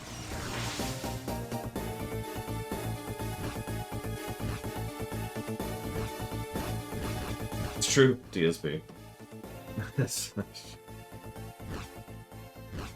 No, what I mean by that, Czar, is after you turn in the puppy, after you have turned in the puppy, completed the quest, got the quest item, then you can kill the puppy and get 100 gems out of it. 100 gems is also a crap ton of money. I'm actually tempted by that, because it's 100 gems.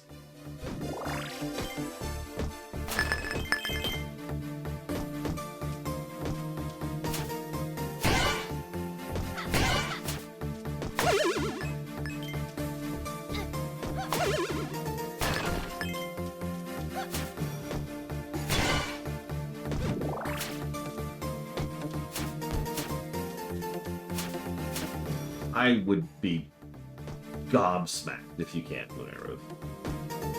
Oh, and you're right, Sean. No doubt, Kotick will be like, oh, I've decided in my infinite knowledge and wisdom to just to walk away from it, to step down for the good of the company and for what the shareholders have demanded, and it's going to be this whole speech that his secretary wrote that he never actually even read. Because that's how that happens. Hi, Valerian. So you missed it, Valerian. There's one of the first quests in the game. It's a mandatory quest. Involves going and rescuing a puppy, so you can get a quest item to progress. After you've turned in the puppy, you can then kill the puppy for a crap ton of gems. And I'm telling you this for no particular reason. But I'm just saying, if you need me to go kill the puppy, Valerian, I mean, you know a lot more about it. So, I believe that's a thing. That's so awful.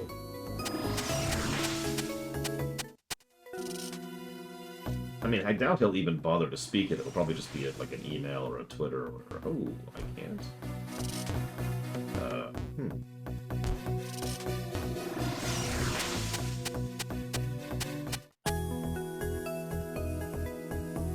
I mean, I'll be honest, TSB, if I earned $150 million a year,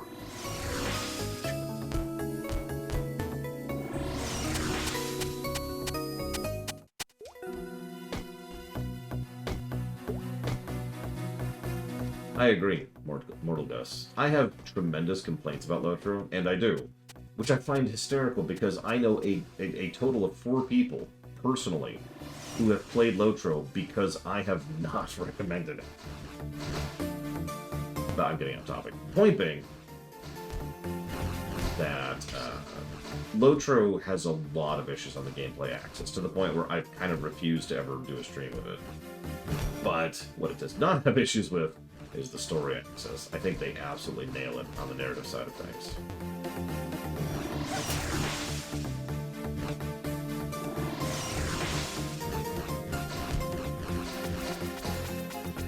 I mean, contrarian reviews, maybe, Linnea? I don't know.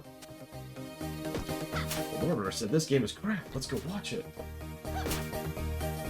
Yeah, most people I know prefer story over gameplay, which is always interesting. For the longest time, I've said both matter to me the most, and that's still true, and that's still how the golden number equation is weighted. But if I'm being completely honest, I would rather play a good game with a bad story than a bad game with a good story at this point in my life.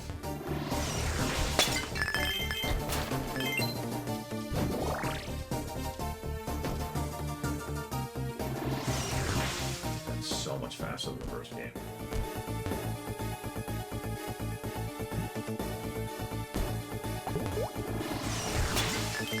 Oh, I know Ram. You recognize this spot.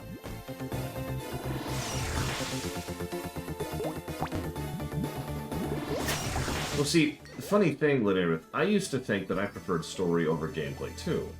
Because for me, a game without story is kind of purposeless, right? Like, as I've said many times, it provides the all-important context for what you're doing and why you're doing it. But the older I got, the more I started actually really analyzing games, not just giving vague opinions on games, the more I started to notice that that wasn't really what I thought on the matter. There's just too many games which have a great story, which are just teeth gouging to go through, and it's like, ah.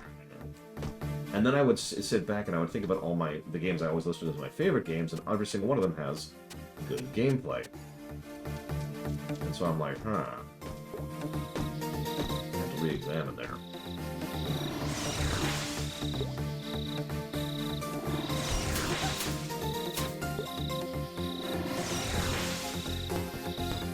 Yeah, Cyber Shadow, which has a decent story, an extremely bleak and dark and horrible story, but a good story. That game had great gameplay, and that's why that one worked so well for me. Too nice. We might be able to afford that hair gel. We'll have to decide what we get.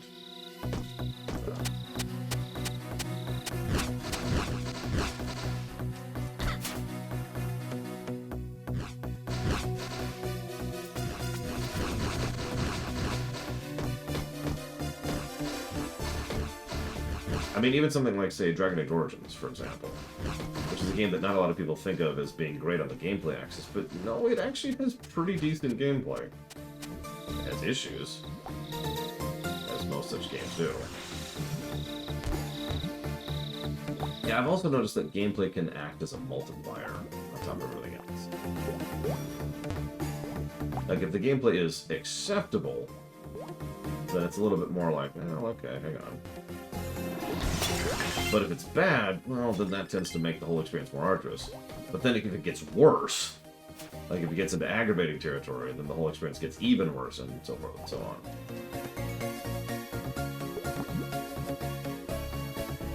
Like it's magnifier, multiplier, whatever you want to call that. Okay, so...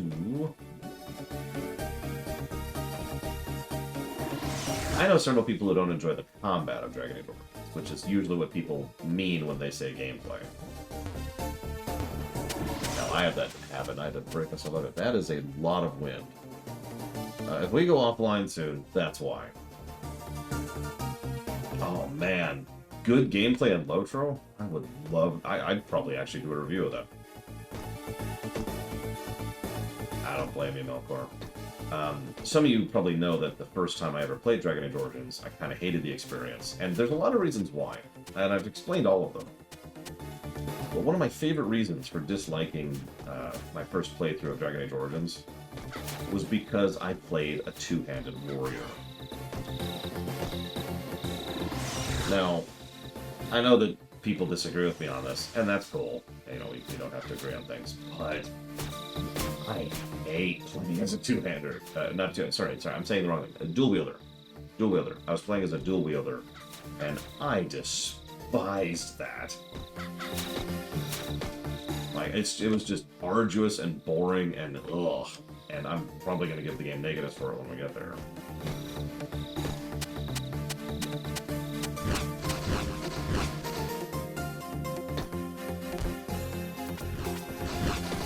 Extremely obvious thing I'm missing. It's always something obvious. Always something really dumb and obvious. There's no such thing as getting caught at something difficult.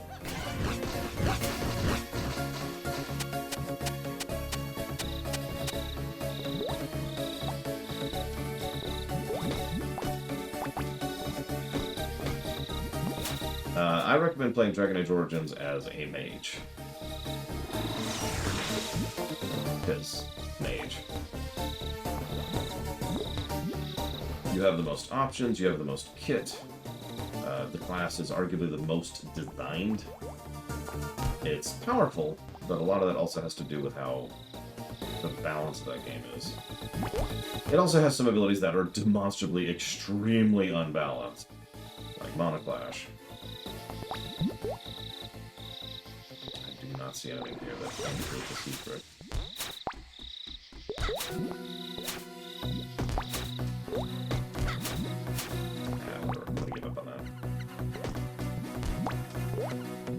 Now, ask me who I recommend you play in Dragon Age 2.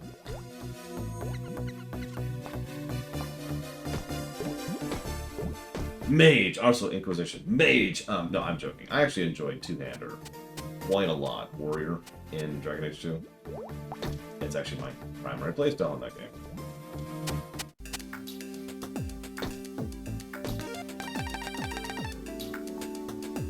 Oh, I'm right. It's right here.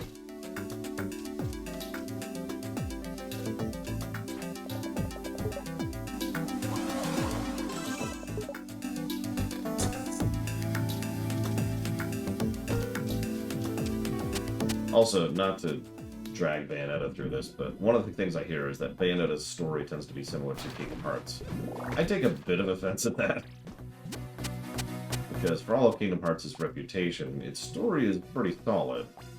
Bayonetta's not so much.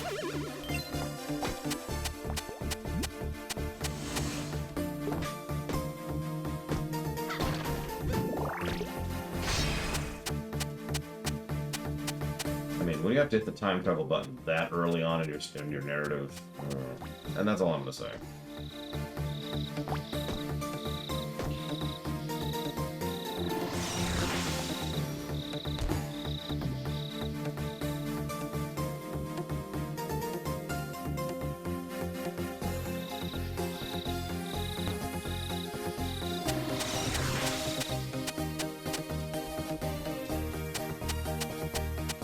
There's some interesting lore in Bayonetta, legitimately. But, there's also some, huh? In Bayonetta. Which I think I could best describe by using the word, huh? Ooh.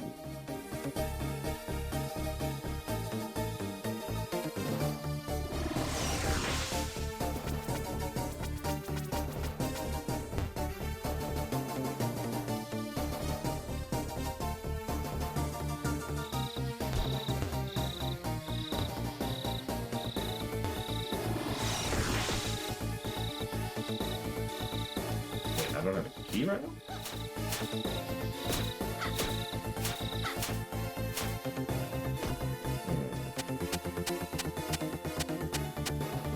Honestly, I think that part of it, Linear, in addition to the obvious fact that writers just run out of ideas after a while, is that time travel's popular. Like it or not, time travel is a popular thing to do, and people like it whether it's good or bad. And so it's a really common temptation to go ahead and just do a time travel story because time travel is popular. Oh my god. Now that's a bucket storm. I can't see 30 feet outside my window all of a sudden. As in I could a few seconds ago.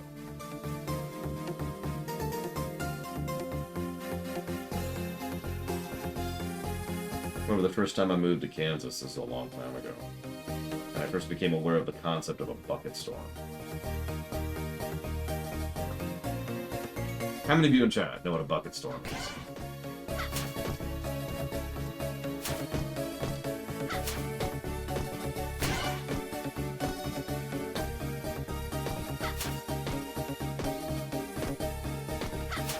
So a bucket storm is when, what it is linearly, without any exaggeratives or whatever, is when it storms very intensely, very briefly, and then almost immediately stops.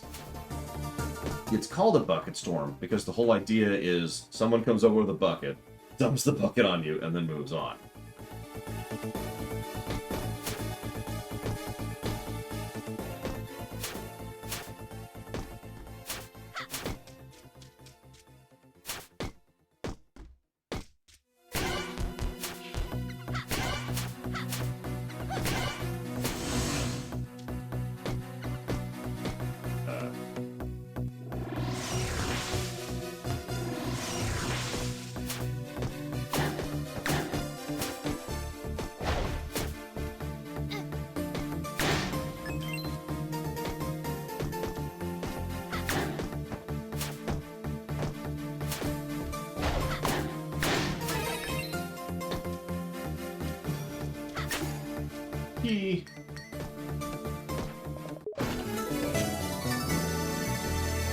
Like I said, I first heard the term back in Kansas. Oh, dang. Yeah. It kind of is Crazy Horse. We've been in here a lot longer than I thought we would be. I know there's only 3 dungeons, multiple, but still, damn.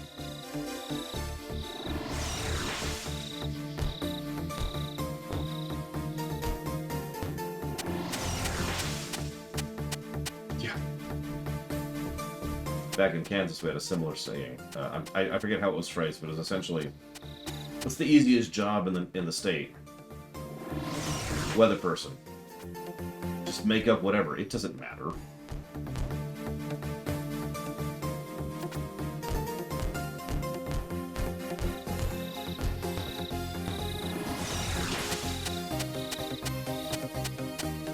Hey. So hopefully this will be the boss.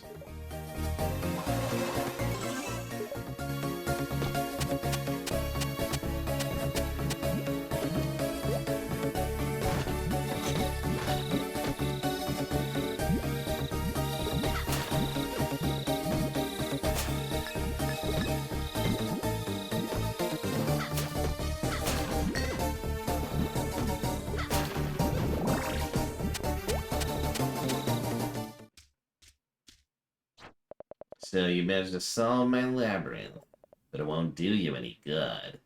My magic seal's staying right here. Me and my babies are ready to tussle.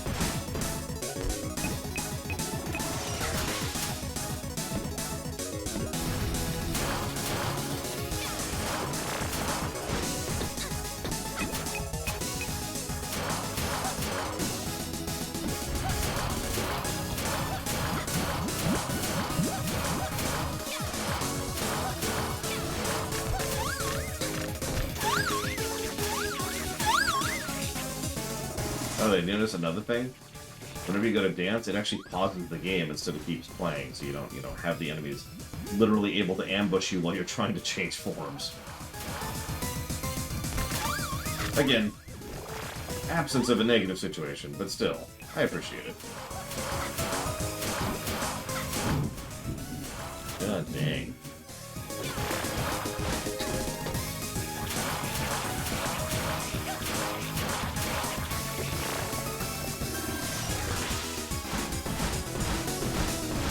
In other words, the kit can now become part of the strategy instead of becoming an irritation.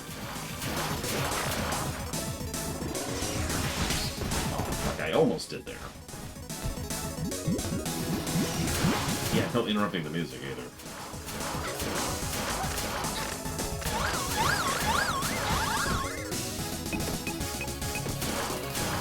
Yeah, you could probably hear that there. Does have a bit of a health problem? But yeah, at least there's some honest-to-God game design here. Oh my god.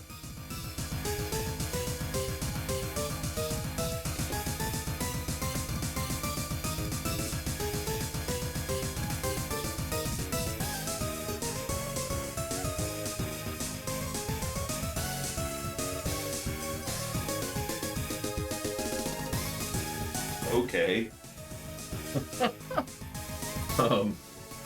Sure.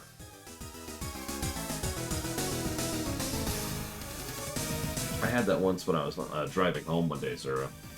Or Czar, excuse me, not Zura. Zura's not even here.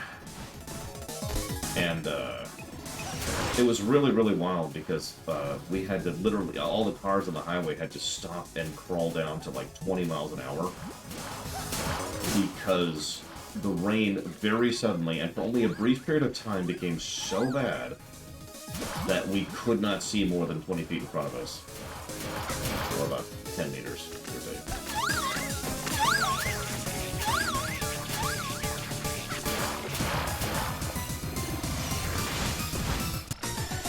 No!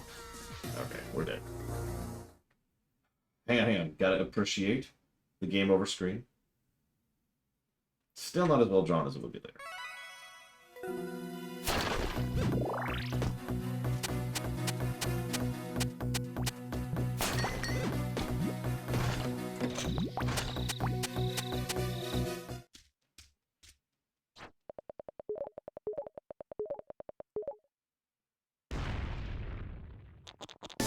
I wouldn't mind being that skinny, I'm just saying.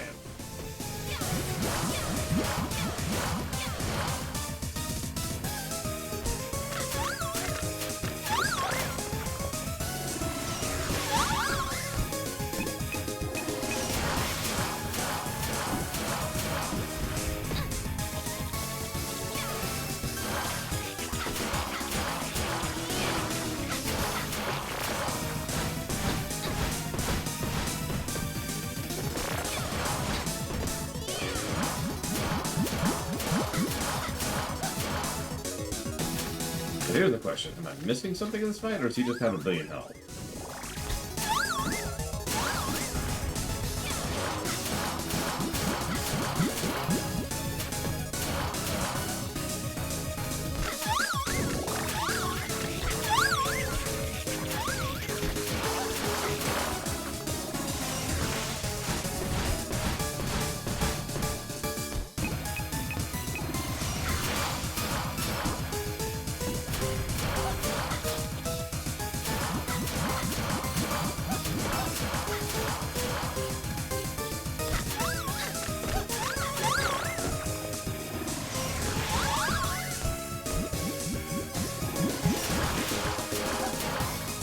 I was thinking that too, sir. But I've tried several things to prevent him from eating, and nothing has succeeded.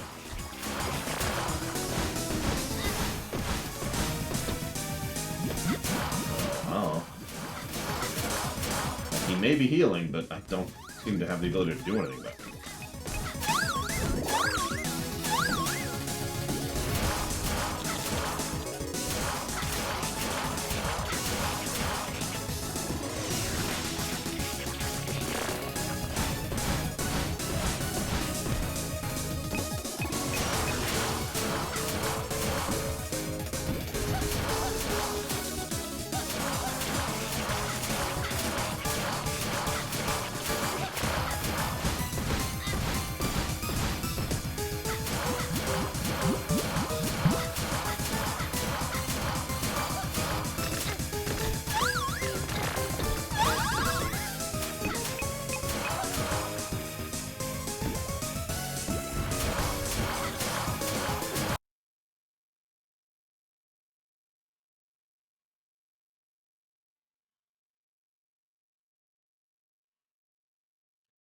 Well, okay.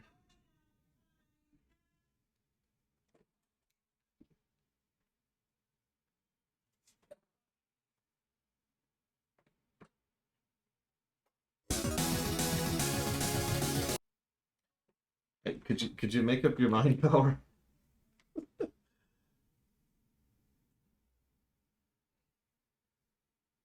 I'm just gonna wait here a second.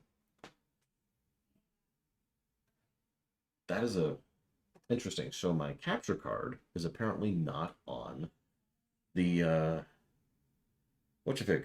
The uninterruptible. I'm gonna give it 1 minute, and then I'm gonna shut my computer down because I've only got about 5 minutes on this thing. So You forget the people in my family are all tall. Hey, I'm home. I'm gonna hop off. Okay. Okay. Love you, guys. make up your mind. So we're currently recording. It's still on. Just as a reminder. Cool. There's light in here. I'm going to stay There's here. technically light for about 3 more minutes. I'm gonna need you to get your car closer to the garage door. Yeah, I was gonna do that. I just wasn't. Yeah. Hi. It's So not coming back on. I'm gonna go ahead Hold on. I'll help. and shut down. What are you doing? I'm helping. Ah! Oh my god! Oh my god! Okay. So I'm gonna go ahead Light alert. and Light alert. shut down the computer and wait for power and stuff to come back on, and probably not stream until tomorrow because it's already kind of getting late anyway. So I hope you've enjoyed this fascinating thing, and we'll come back in the middle of the boss fight tomorrow morning. In the middle? Yeah, no, here, look. I'm literally just in the middle of the boss fight right now. See? Try not to die. Yep. So I'll see you then.